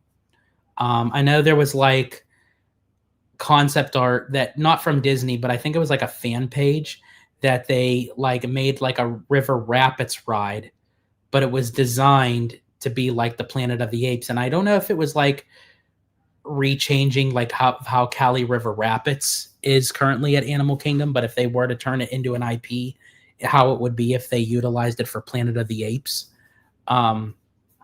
for Disney Channel, I would absolutely love for them to bring back like the Disney afternoon Toon Disney characters. I mean, you all know how I feel about Darkwing Duck. So maybe like have like a section dedicated, or even just have them out roaming the park. Like that would be really cool. So to answer your question, John Smokes, I think they could do it. I think they should do it, but they have to utilize the IPs respectfully, that it would make sense to, depending on where they're putting them and how they're utilizing them. So good question. And Abby says, "My turtles." Yeah. She has some interesting stories on that for sure. And Jacob Weller says, "Oh my lord, hell yeah, I love it. Just give me adopt a dino or feed a dino." Yeah, that would be so cool. I mean, and here's the thing with technology and everything, like so much that they can do with that. That would be like so cool. And then also too, of how like Disney kind of dropped the ball with dinosaurs. You know, I think Universal does dinosaurs right. So for them to take it to that next level, I think that would be really cool. Cody Anderson says, "I think gargoyles would be cool at night." I loved gargoyles. I loved watching the show. I loved watching the direct like video animated movie. Oh my gosh. I remember they used to have a character meet and greet of Goliath, and they only brought him out like on super rare occasions for like events and stuff. But that would be really cool to have gargoyles. Yeah, gargoyles, Darkwing Duck, Goof Troop, Tailspin, Chippendale Rescue Rangers, DuckTales. Like as I said, I absolutely love those shows. I miss those. I'm still waiting for, and I know there's probably like licensing issues with everything, but I would love for them to finally like release House of Mouse on Disney Plus. Like I'm surprised that it hasn't been released, but I don't know. I know there's a lot of red and yellow tape with that probably. I don't know what, but I mean, I wish that they would release it. But yeah, I agree, Cody. I love gargoyles, and I think that would be cool at night. That would actually fit in very well, kind of in like the Disney villains realm, so to speak, because you have that very like cathedral gothic like style kind of characters and animation. So like yeah, that would really be cool. That would be cool. And speaking of like new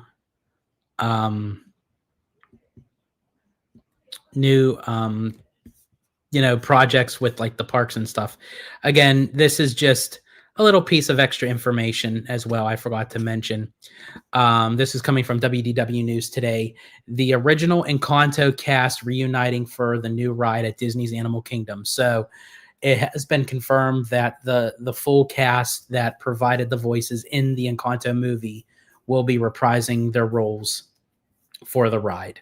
So again, I just wanted to, I think that's kind of cool that, that all the characters that are going to be utilized, it's, they're going to be showcased well in the ride.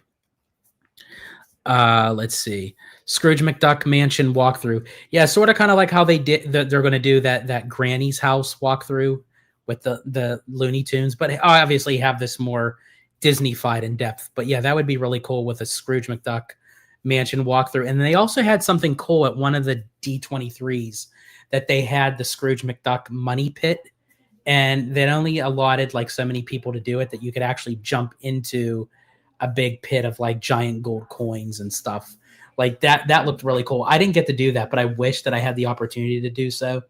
That would be so cool if they added that into the mansion, just for everyone just to do. I mean, the line for it would be out the wazoo, but just to say to do it, that would be so fun. That'd be really cool.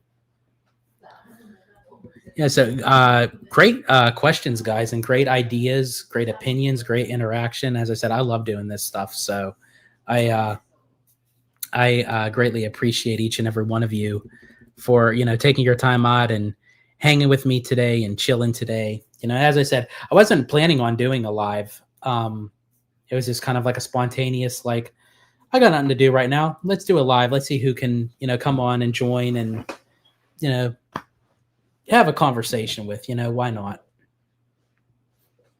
So yeah, so there's like a lot going on in the parks, in the studios, in the corporate side, so it's definitely a lot to keep an eye out for, and especially with 2025 coming to an end in 2026, coming in, Universal said, they're hyping things up for 2026, a lot of new things coming out of the parks, destinations, and experiences. And then of course Disney, going into 2026, and all the current projects that they're doing right now. And then we have D23 in August. So yeah, it's going to be fun, interesting times, to say the least. Jacob says Johnny Quest would be cool for Universal. I remember Johnny Quest. Wow, that takes me back. Yeah, I used to watch all those shows. Johnny Quest, Speed Racer, Johnny Bravo, Dexter's Lab, Courage the Cowardly Dog, Ed, Ed and Eddie. I used to like watch all those, like, and then even like the Hanna-Barbera cartoons, like the classic Hanna-Barbera cartoons, like Huckleberry Hound, Yogi Bear, Top Cat, Secret Squirrel,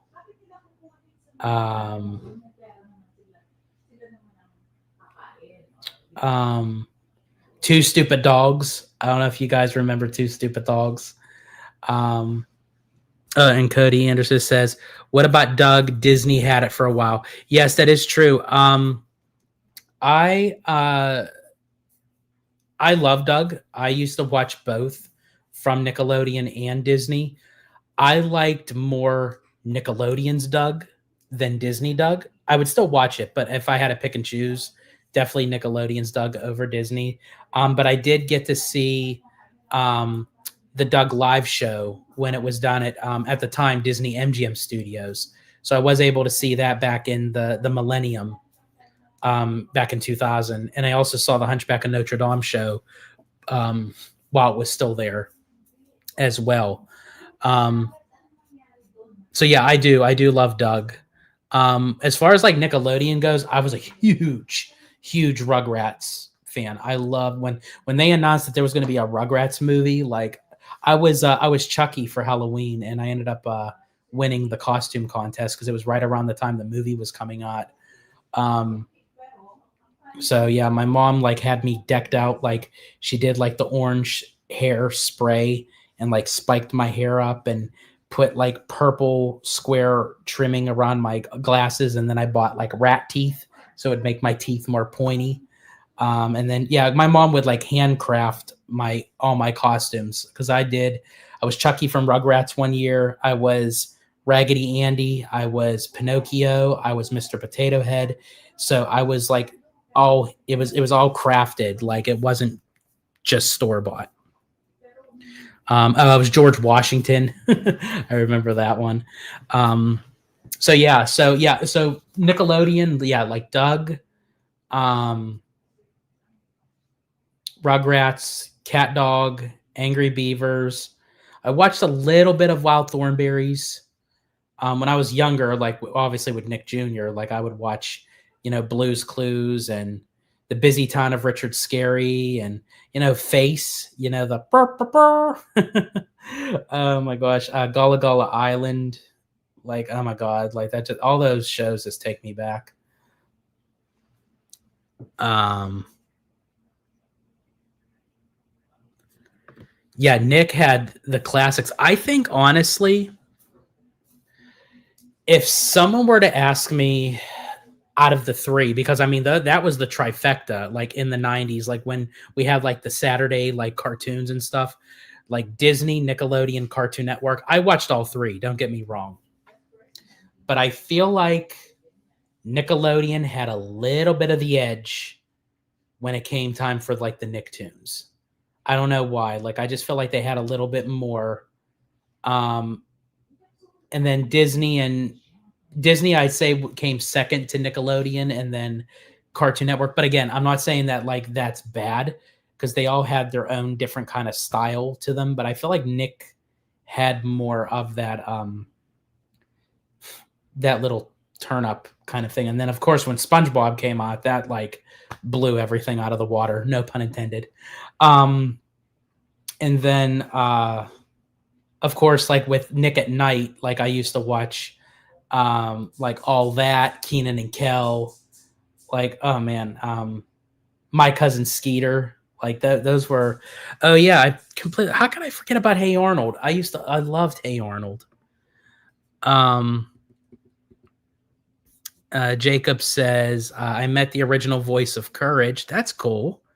Oh, and then Quick Draw McGraw. Yes, absolutely. Actually, I think his name was Dawes Butler. He was the voice of Trick Draw McGraw and Yogi Bear and everything. He was the one that like mentored Nancy Cartwright, who now is the voice of Bart Simpson. So I think that's really cool. Remy D says, I read online that the closed Spider-Man ride in Universal Japan is being turned into a Pokemon attraction. I assume it's still just a rumor or else it will be all over the theme park sphere. Yeah, probably right now it's probably a rumor, but I mean, once they do confirm it, oh man, that's going to be everywhere like wildfire. And that was the thing with me, like growing up, like I was very, like how they say with like music, you're very eclectic.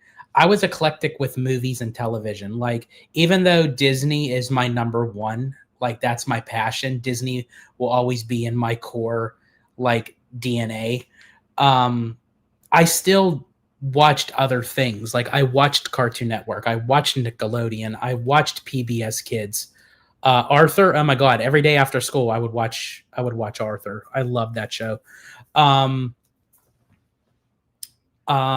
watched different varieties of movies. I watched animated. I watched live action. Like I watched action adventure. I'd watch horror. I'd watch comedy, and it's like I'm a person of many sides. I'm in a Rubik's cube with pants, so to speak. So I like many different things.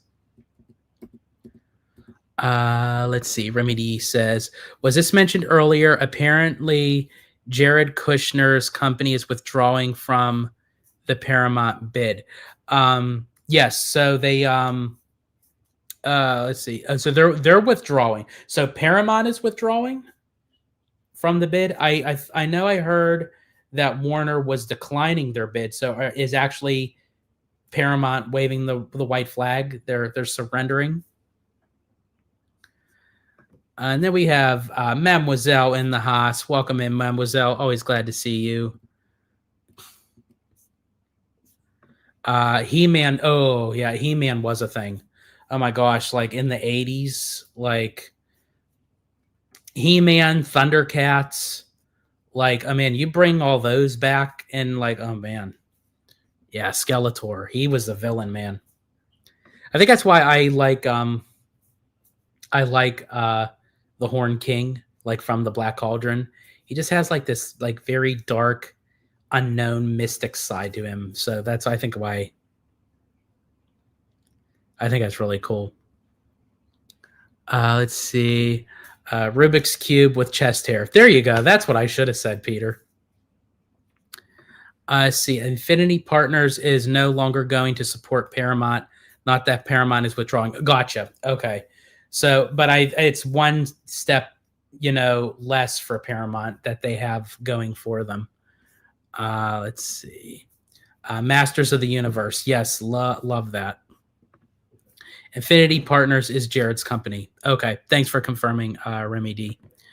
Giant Peter Ventures, did Rudio tell you what happened between the MLB and I? No, I have not. And do I want to know?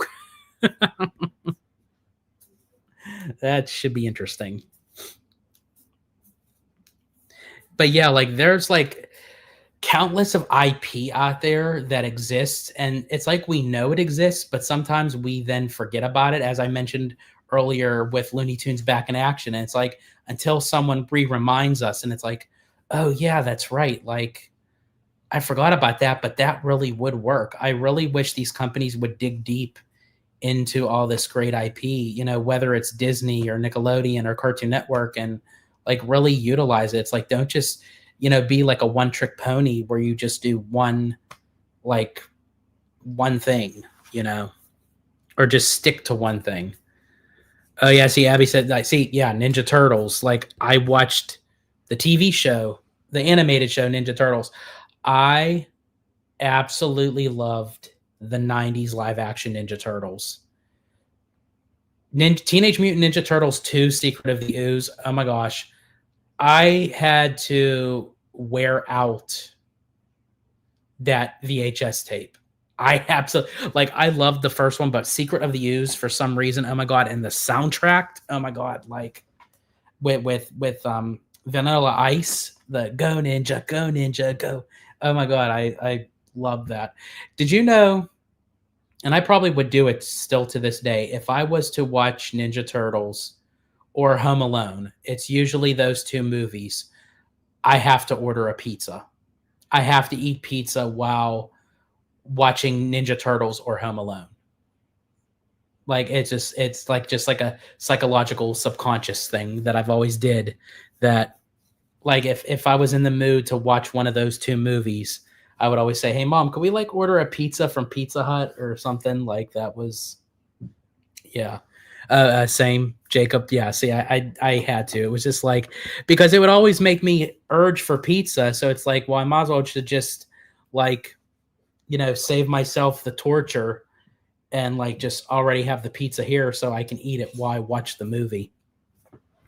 Isn't that something too? Speaking of which, I know this is kind of like off the subject, but like, have you ever done this where you make dinner or you order something? It's like, okay, let's watch something. And you're still trying to figure out what to watch while you're eating. So by the time you're done eating, you're still searching what to watch. So then when you finally do find something to watch, you're already done eating. That always happens to me every single time. Abby's is Raphael, which again kind of ties into also her turtle stories as well. But Raphael is, yeah, that's her favorite turtle. Yeah, Abby loves Raphael.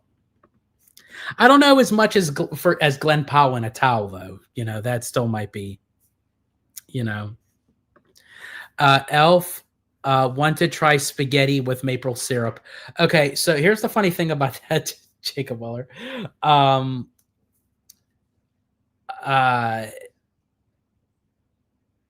never had really the urge to try the maple syrup on spaghetti, but for some bizarre reason, when I watch Elf, it does make me urge for spaghetti, just spaghetti in general.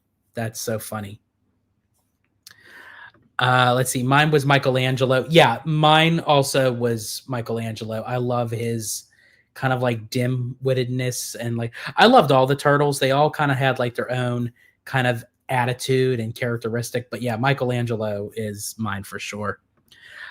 Turtles in Time. Is that the Turtles in Time? No, I think there was a Super NES video game. It was either called Turtles in Time or Turtles Back in Time. Oh my god, I loved that video game. Here's the thing. I'm not really a video game player now, but back in the 90s and the early 2000s, I loved video games. I think that's why I don't really go for video games today, because even though that the graphics are great, you know, they're way much better, but it's like you have to buy skins and you have to buy packs and you have to buy accessories and you have to buy this version to continue on from that version. And it's like, oh my gosh, like, no, I don't have time for that. Like, just give me a basic video game. But like, excuse me, with the Super NES, my top favorite video games that I would play with like my friends and even my mom, like my mom would play with me, is would be the Ninja Turtles. I think it's either called Turtles in Time or Back in Time. Kirby's Avalanche. We played like the Mario All Stars, Super Mario World. I'm trying to think. There was some other. Then of course there was like the Disney ones like Beauty and the Beast, Aladdin, Lion King, The Jungle Book. Those were hard. Like you think being in a Super NES, like those games are very difficult. Oh my god, like Peter, you just solved it. Like I was trying to figure out something to say about Colby Callier because it was always like Powell and a towel. I love that. Colby and Dolby. I have to keep that. I'm keeping it. Let's see. I love TMNT. Michelangelo was my favorite. Absolutely. For me, I eat Panda Express when I watch TMNT. Oh, of course. You know, that's. I can just hear an Italian mom trying to play NES. Yeah. Yeah. My mom, she was addicted to playing the Kirby's Avalanche. So it was a Kirby game where you battled the villains, but you had like these color coded blocks that like would come down, and you had to match them to then hit the opponent, you know, and it was like she got really into it. Let's see. We have Animaniac 2122. Welcome in. What are your favorite live singers? Great question. Speaking of which, speaking of actually the name of Animaniac, that was another show that I used to watch consistently was the Animaniacs. I love Animaniacs. And that's also a video game I used to have. But oh my god, the song, it's time for Animaniacs, and we're zany to the max. I used to love that show. That and also Tiny Toons. Again, also had the video game for Super NES. But as I said, all those video games were super hard. But yeah, we're tiny, we're toony, we're all the little loony. Oh my god! And in this cartoony, we invade your TV. It's like, oh my god! I want to watch all those. Okay, sorry, I'm like going off the deep end here, but okay, I'm so very sorry. Yeah, Animaniac, I do apologize. Yeah, your name actually reminded me of you know, because we were talking about like TV shows and everything. Okay, so sorry. What are your favorite live singers? So, well, one of my favorite live singers, actually, Abby and I just went to go see was Colby Callier and Gavin DeGraw. They did like a holiday duet tour, and we just went to go see them recently because I'm a huge Colby Callier fan. She's like my kind of like singer celebrity crush. I don't know, just something about her. Like she's like very like natural. She's like the girl next door t-shirt and jeans, and her singing voice is like melts butter. You know, it's just like she has this very distinct voice that you don't really hear. So yeah, so I do love her. Gavin DeGraw did a phenomenal performance. I do love his music as well. Yeah, Giant Peter says, and then also Cat's Eye. But yeah, I think I agree with Abby. And I've mentioned this before, like with TV shows and movies, but also again with music, I'm very eclectic. So I love singers from like old pastime to current to like I used to grow up again being in the 90s. I loved a lot of I know I loved a lot of the boy bands. Like I loved like New Kids on the Block and NSYNC and Backstreet Boys and 98 Degrees. But then I also loved, again, I know like I'm going like way beyond. I loved the music of Michael McDonald and the Doobie Brothers. I love like the classic like the Temptations and Michael Jackson and Celine Dion. James Ingram. I used to listen to a lot of his music. So yeah, there was yeah, I love a lot of like different style music too. Like I just don't lean towards one. Like I listen to like 80s rock and roll, like 90s hip hop and R&B. Yeah, I listen to a whole bunch of music. You should see like my playlist on Amazon. Like it's just a bunch of different artists and music that it's all over the place. Yeah, of course. Yeah, now I became a fan of BTS thanks to our good friend Mademoiselle. She got me into those. Let's see. I saw Backstreet Boys in person.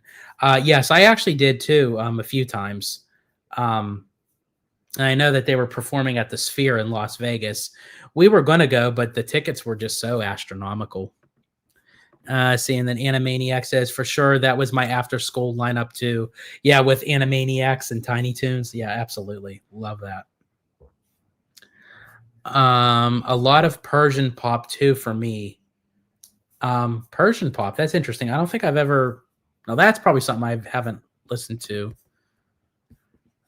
Let's see. I wish I had a girl next door. I mostly have super old married couples next door. Oh my gosh, Peter. Oh my gosh, that would be funny. Yeah, you're like praying like to say like, yeah, is there like, can I have a girl next door? Like, that's funny. I'm actually going to an Armenian pop singer concert next week. That's interesting. Yeah, I don't think I know like of that type of music, but I don't think I've ever really like gotten like into that. That's interesting. I used to be able to sing the entire Yakko's world song. Is that the oh my gosh, that was the is that the nations of the world? The United States, you know, like he goes to, oh my god, like if that's what you're referring, oh my god, you knew how to do that. Oh my god, that was really cool. Wait, there was two of them. Yakko did the nations of the world, and Wacko did the 50 states. I remember because they did yeah, because or not the but the wait, the 50 states, but he did the yeah, it was the 50 states, and then yeah, Yakko did the yeah, oh my gosh, that was cool. I also watched the Animaniacs movie Wacko's Wish. I loved that movie too. That was a good movie. Let's see. Let's see. Everybody knows System of a Down. Yeah. The Yakko song I use when I need to remember countries. That's funny. Usually I say countries when I need to remember Yakko's song. Oh, that's great. Oh my gosh, yeah, that's right. I forgot about that. The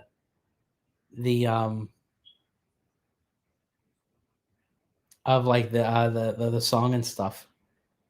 Yeah, I used to oh, and then like at the end of each show they do the wheel of morality. Wheel of morality, turn, turn, turn, turn, tell us the lesson that we should learn. And today's moral of the story is, and then it would be something like completely so stupid. Then they try to get chased by the security guard of the Warner lot. Like like even like when we go to like the Warner Brothers studio lot, you know, Abby and I did the tour and everything, and we saw the Warner Brothers like tower. Even though it's just the tower, like it reminds me of the Animaniacs like every single time. See, Persian concerts usually have a lot of baddies. For sure they do. And that's why you go. That's great. And see, this is what I love about like doing these lives, like coming on here and talking with you guys. It's like we're not just talking about one thing. Like I love how we can just jump into like different conversations, like where we're talking about music and movies and theme parks and television and you know, nostalgia stuff and like whatever. And that's what I love about, you know, doing these lives and connecting with you guys is like I'm up for whatever kind of conversation you want to have. Any questions, like I'm open to everything. Like normally, like I'll usually start off the lives with like a specific like title or a specific topic, and then it's pretty much just going along from there. Let's see. The Bill song was a classic learning song. Oh yeah, absolutely. There was like what was that? Those sing along specials. Oh my gosh, I can't remember. Why am I drawing a blank? That's gonna bug me.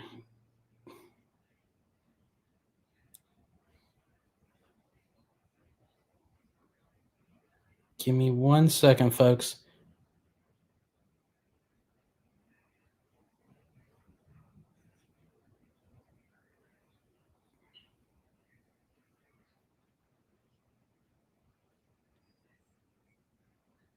Oh yeah, that was the Bill song, the Schoolhouse Rock. Yeah, thank you, Jacob. That's what. Yeah, that's why. Because when you said the Bill song, and I'm like, yeah, okay, but there's that one, and it's like, yeah, that's it, the Schoolhouse Rock. Oh yeah, Elmira Duff. You know, you have like those I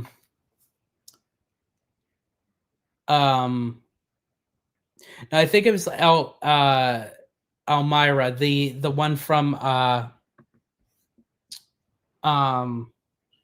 Tiny Toons. She was like the little girl. She would always like squeeze them and hug them. Here's the thing though, but when you mentioned Elvira, Peter, I was also a fan of Elvira. Oh my gosh, yeah, conjunction, junction. What's your function? Yeah. Oh my gosh, yeah. Oh my gosh, yeah. That like, man. So yeah, so we're all on the same page there of how we all know our stuff. But as I said, I also mentioned too, earlier on, like I was also a fan of Gullah Gullah Island. I don't know if you guys watched Gullah Gullah Island, but it's like the come and let's play together in the bright sunny weather. Let's all go to Gullah Gullah Island. Gullah Gullah, binya binya. Oh my gosh, I had to do it, folks. Sorry. Let's see. Remy D says, "Did you see the new Space Jam with LeBron? Curious how it fares against the original." I have not seen that one. I've known people that ripped it to shreds compared to the original with Michael Jordan. I'm still curious to actually see it. I just haven't really had time to like take the time to watch it.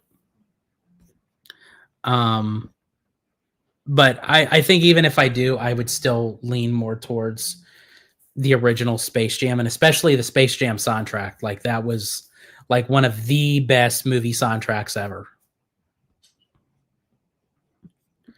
Let's see. I've seen Space Jam 2. What do you think of it, Peter? And Abby confirms yes, Tiny Toons. I thought you meant Gilligan's Island. No, Gullah Gullah Island. It was a Nick Jr. Show, but also too, I am a fan of Gilligan's Island. I do love Gilligan's Island.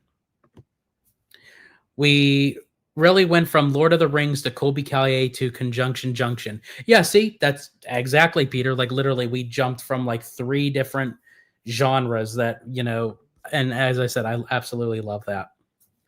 I saw the 2 Space Jam costumes, LeBron's and Jordan's. Oh, that's cool. It's not as good as the original, but still worth a watch. Okay. All right. I'll have to definitely check that out then. As I said, and I do agree, I don't think it would like match up to the first one, but yeah, I'll definitely check that out.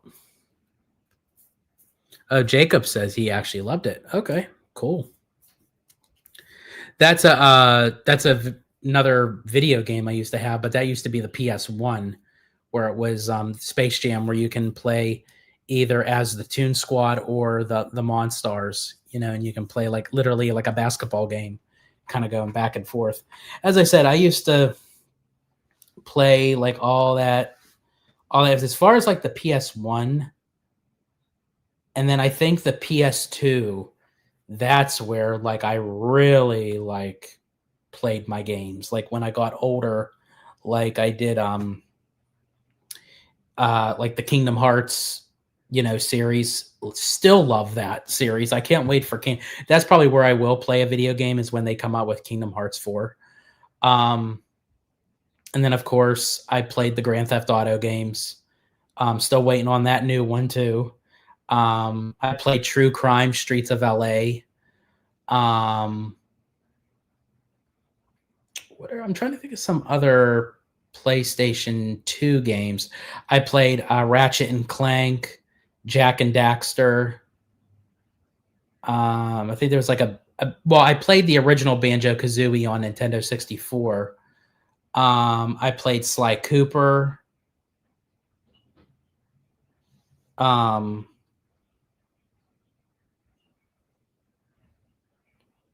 Metal Arms, I think that was one that was, yeah, there was like oh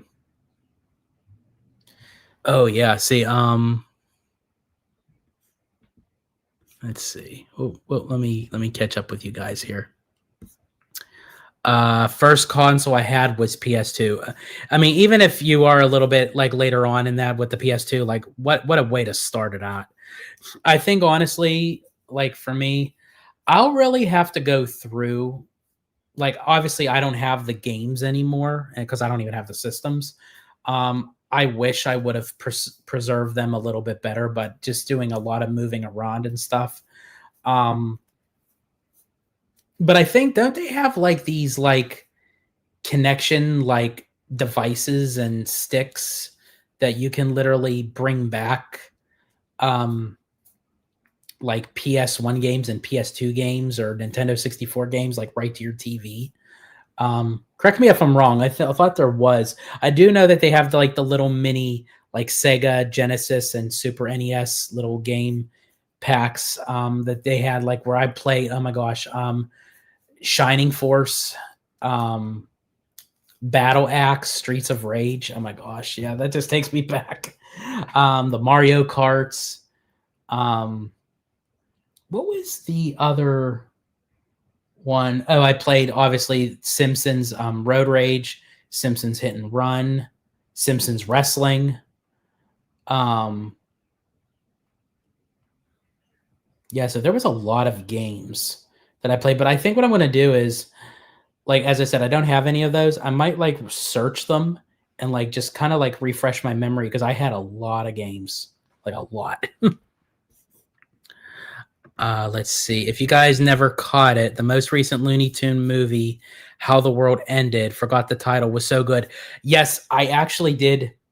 Excuse me. I did watch that, Remy, on. I think it was the plane ride back in May. We were coming back from Florida back to Cali, and I watched it on my phone. I actually like that. That was a really good movie. I can't remember the title of it as well, but it was with Daffy Duck and Porky Pig. So yeah, that was a really good movie. I agree. A Kingdom Hearts movie, or like a Kingdom Hearts series or something. Like, we need something. My phone just activated because it said Siri. No, I don't want you, Siri. No. Because I said series, but my phone thought I said Siri.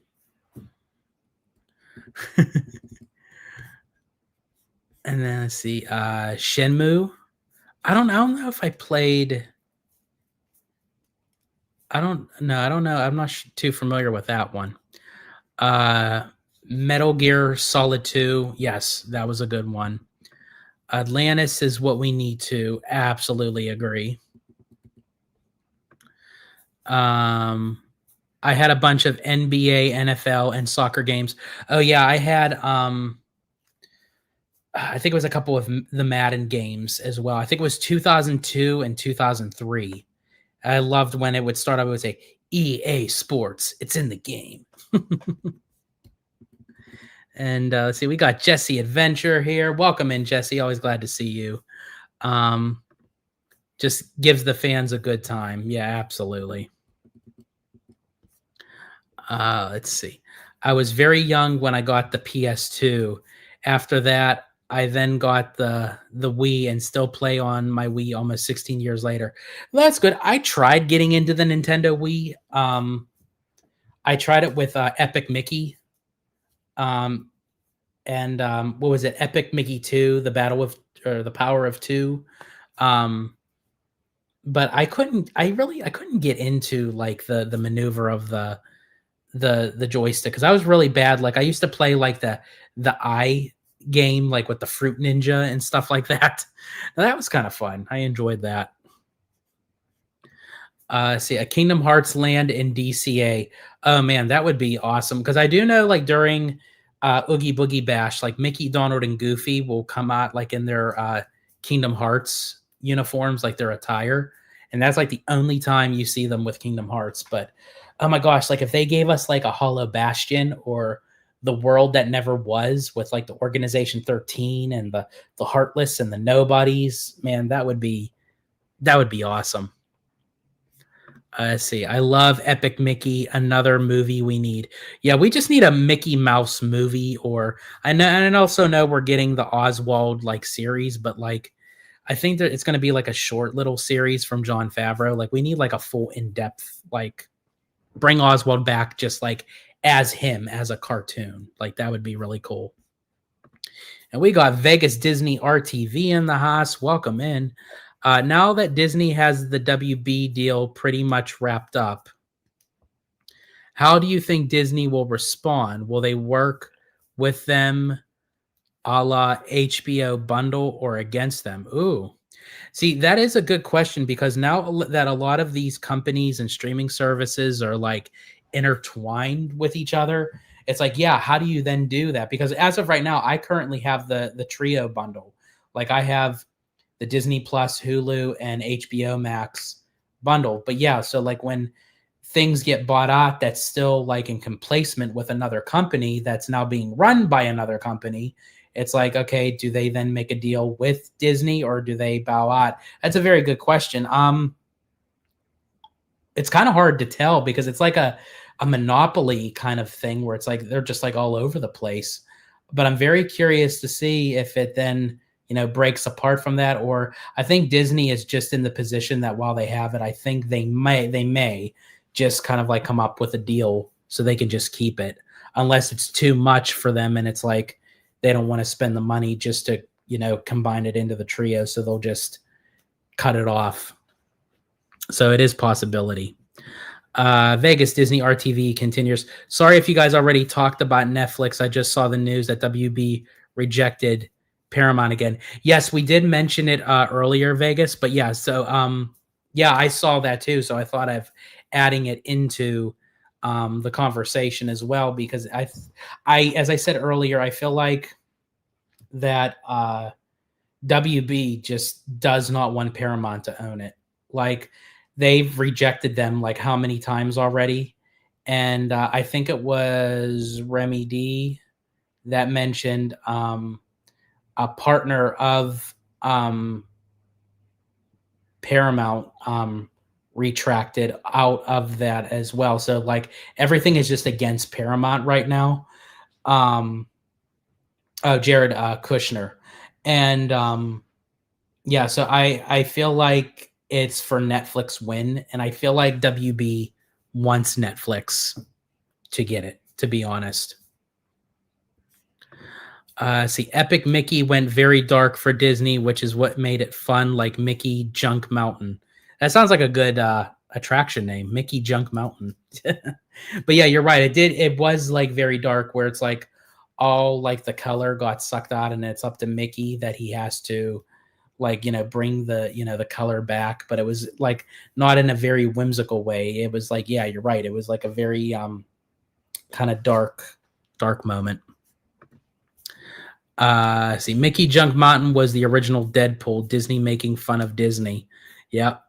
And honestly, I appreciate that from Disney. Like even like when they have Deadpool in the parks or he came out of D23 where it's like they literally made fun of themselves, which Disney rarely ever does, but I feel like that they can kind of get away with it with a character like Deadpool. So I praise them for it that they can do that, towards themselves for sure. Absolutely. But I think I'm going to start wrapping this up. We are almost 2 hours and 16 minutes in. That was a great live, folks, especially for some reason. It seems like every time that I do um, like a spontaneous live, like those are the ones that like just hit the most. And I greatly appreciate it. And greatly appreciate every one of you for sticking around and doing this live with me. And as I said, great conversation, great feedback. Love the conversation. Love, your ideas, your thoughts, your opinions, your questions, your responses, like everything. It's great because, again, it keeps the live going. And as I said, we're like over the 2 hour mark. So, and I did this live solo. So, that means it was a great conversation, with each and every one of you. But I do want to bring something up too, which unfortunately is not a happy one, but I think it's something that I do want to mention because we were talking about nostalgia and growing up and watching television and watching movies and everything. But so late on the evening of December 14th, I get a notification on my phone of breaking news that actor director Rob Reiner and his wife Michelle Singer Reiner were found dead in their house for multiple stab wounds and everything. And, there was under the suspicion that it was their son, Nick, who was later arrested and, has been charged with the murder of his parents, which is sad all around. I mean, so again, I know this is a touchy subject, but I had to bring it up because I remember texting my mom and I literally was speechless. I had no words. And a lot of people are, pouring out their condolences and everything, especially people who, knew him personally and everything. So obviously I didn't have the opportunity to, meet him or what have you, but I was a huge fan of him. All the way back again, talking of like watching television shows of when he was on All of the Family, where he played Mike Meathead Stivic to Archie Bunker and everything. And then of course him directing classic movies from This Is Spinal Tap, The Princess Bride, When Harry Met Sally, Mississippi Burning. And of course, one of my personal favorite movies, which will be celebrating its 40th anniversary come 2026, is Stand By Me. So I just wanted to just like make it clear that like no matter how we agree or disagree on certain things, we are all still people. We're all still human beings. We're allowed to disagree. But when tragedy strikes like this, you kind of have to put that stuff kind of aside and just show, sympathy, empathy towards, the people that tragically lost their lives, as I said, with it being Rob Reiner and his wife, Michelle.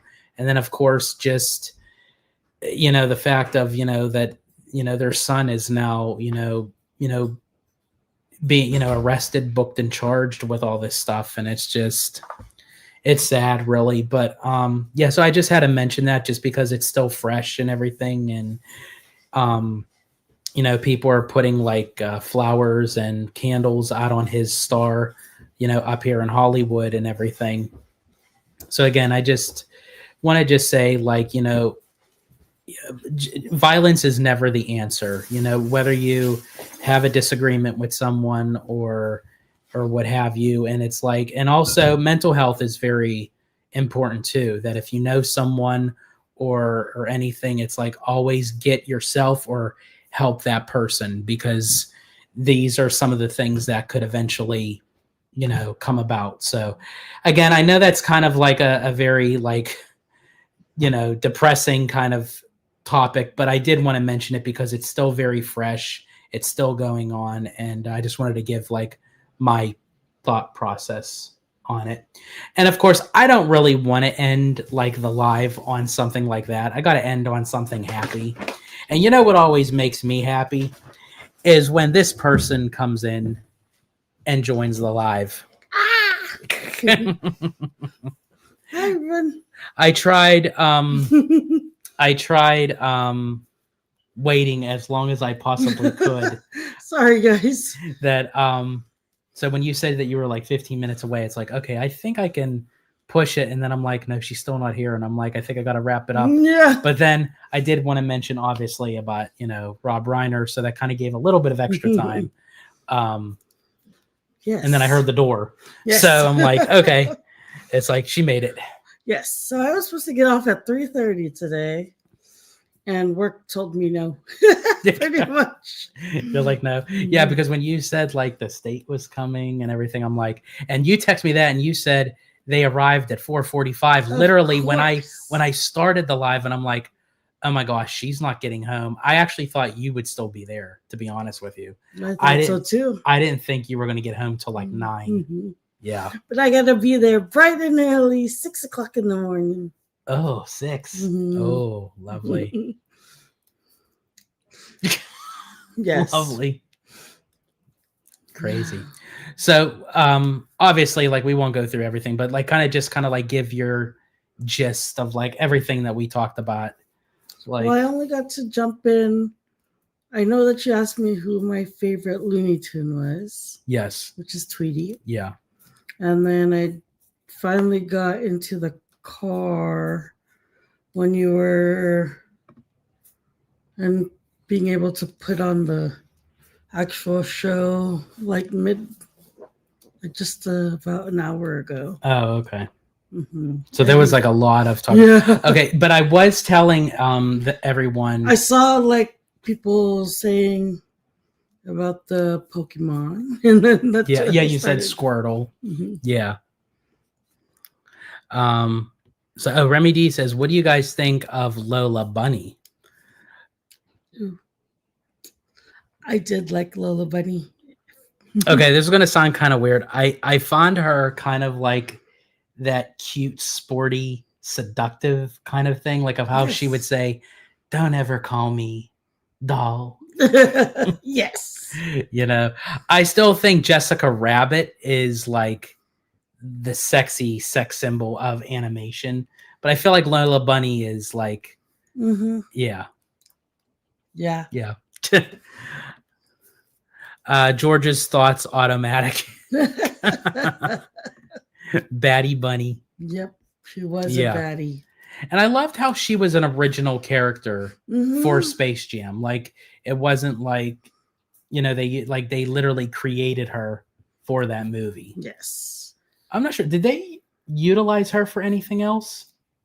I don't remember after that. I can't either. Yeah. So I mean, but again, I'm glad that we got to talk about, like, we were talking about, like, oh, my turtles. Your turtles. Do you want to give your little your little story of your turtles? So I own 2 turtles. I had one when I was growing up, when I was like, I think I was going into 6th grade, and we went to science camp, and I had my little turtle, and it was one of the baby turtles, so I had him in a little aquarium in my bathroom. I set up his water and everything, went to camp for about 2 weeks, came back to a dry turtle, Raphael. And then I ran to my mom And I was like, Mom, what happened to Raphael? She's like, who the hell's Raphael? I was like, my turtle. She's like, you have a turtle? He's in the bathroom. Poor thing. So anytime, like, if I go with Abby, like on her like her hospice runs or something, obviously, like I'll sit in the car, and No. well, no, that's the second one. Sorry. So when you find out the second turtle, then I'll come back to my So story. yeah, so she didn't even know I had the turtle. She's like, when did you get him? I was like, I had him for a couple months already. Grandpa bought him for me, and he's been in my bathroom. I went to camp, and he's all dry. I was so sad.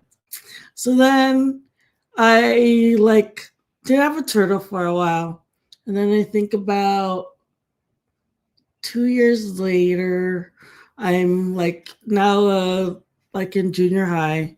I like to play video games, and I get another turtle, and her name was Shelly, and she's so cute. And now I'm more mature, more grown up, because I can take care of Shelly. Well, I read there that turtles need sunlight. So I go, okay, natural sunlight. I'm going to put Shelly outside for a little bit while I play one like level, and then I will go get him back because she needs some sun. And then I played and played and played, had to beat the level, and then I was like, oh, Shelly! So I ran outside, and poor Shelly is toast. So I lost my Shelly, and then I've never had a turtle since.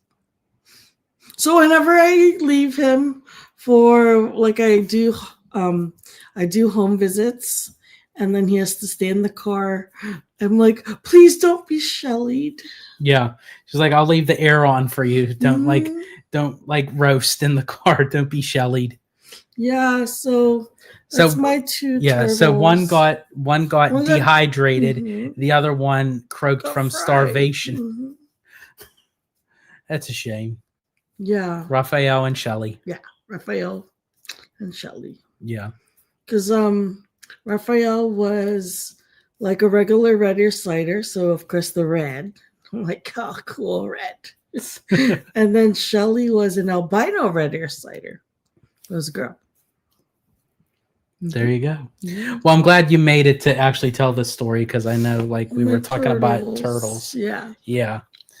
But in any case, folks, yeah, we're coming up on. Please don't report this. I was very little. Yes, she was younger. This was many years ago.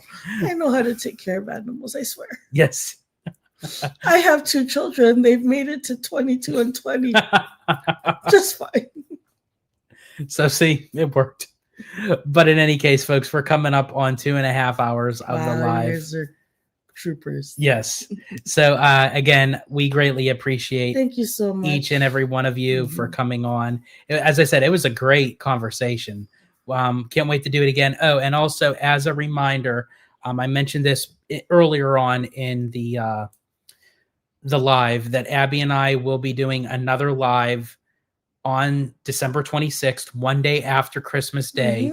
We're going to come on and talk about the year of 2025 recap, and then going into the year 2026, our thoughts, the news, predictions, D23.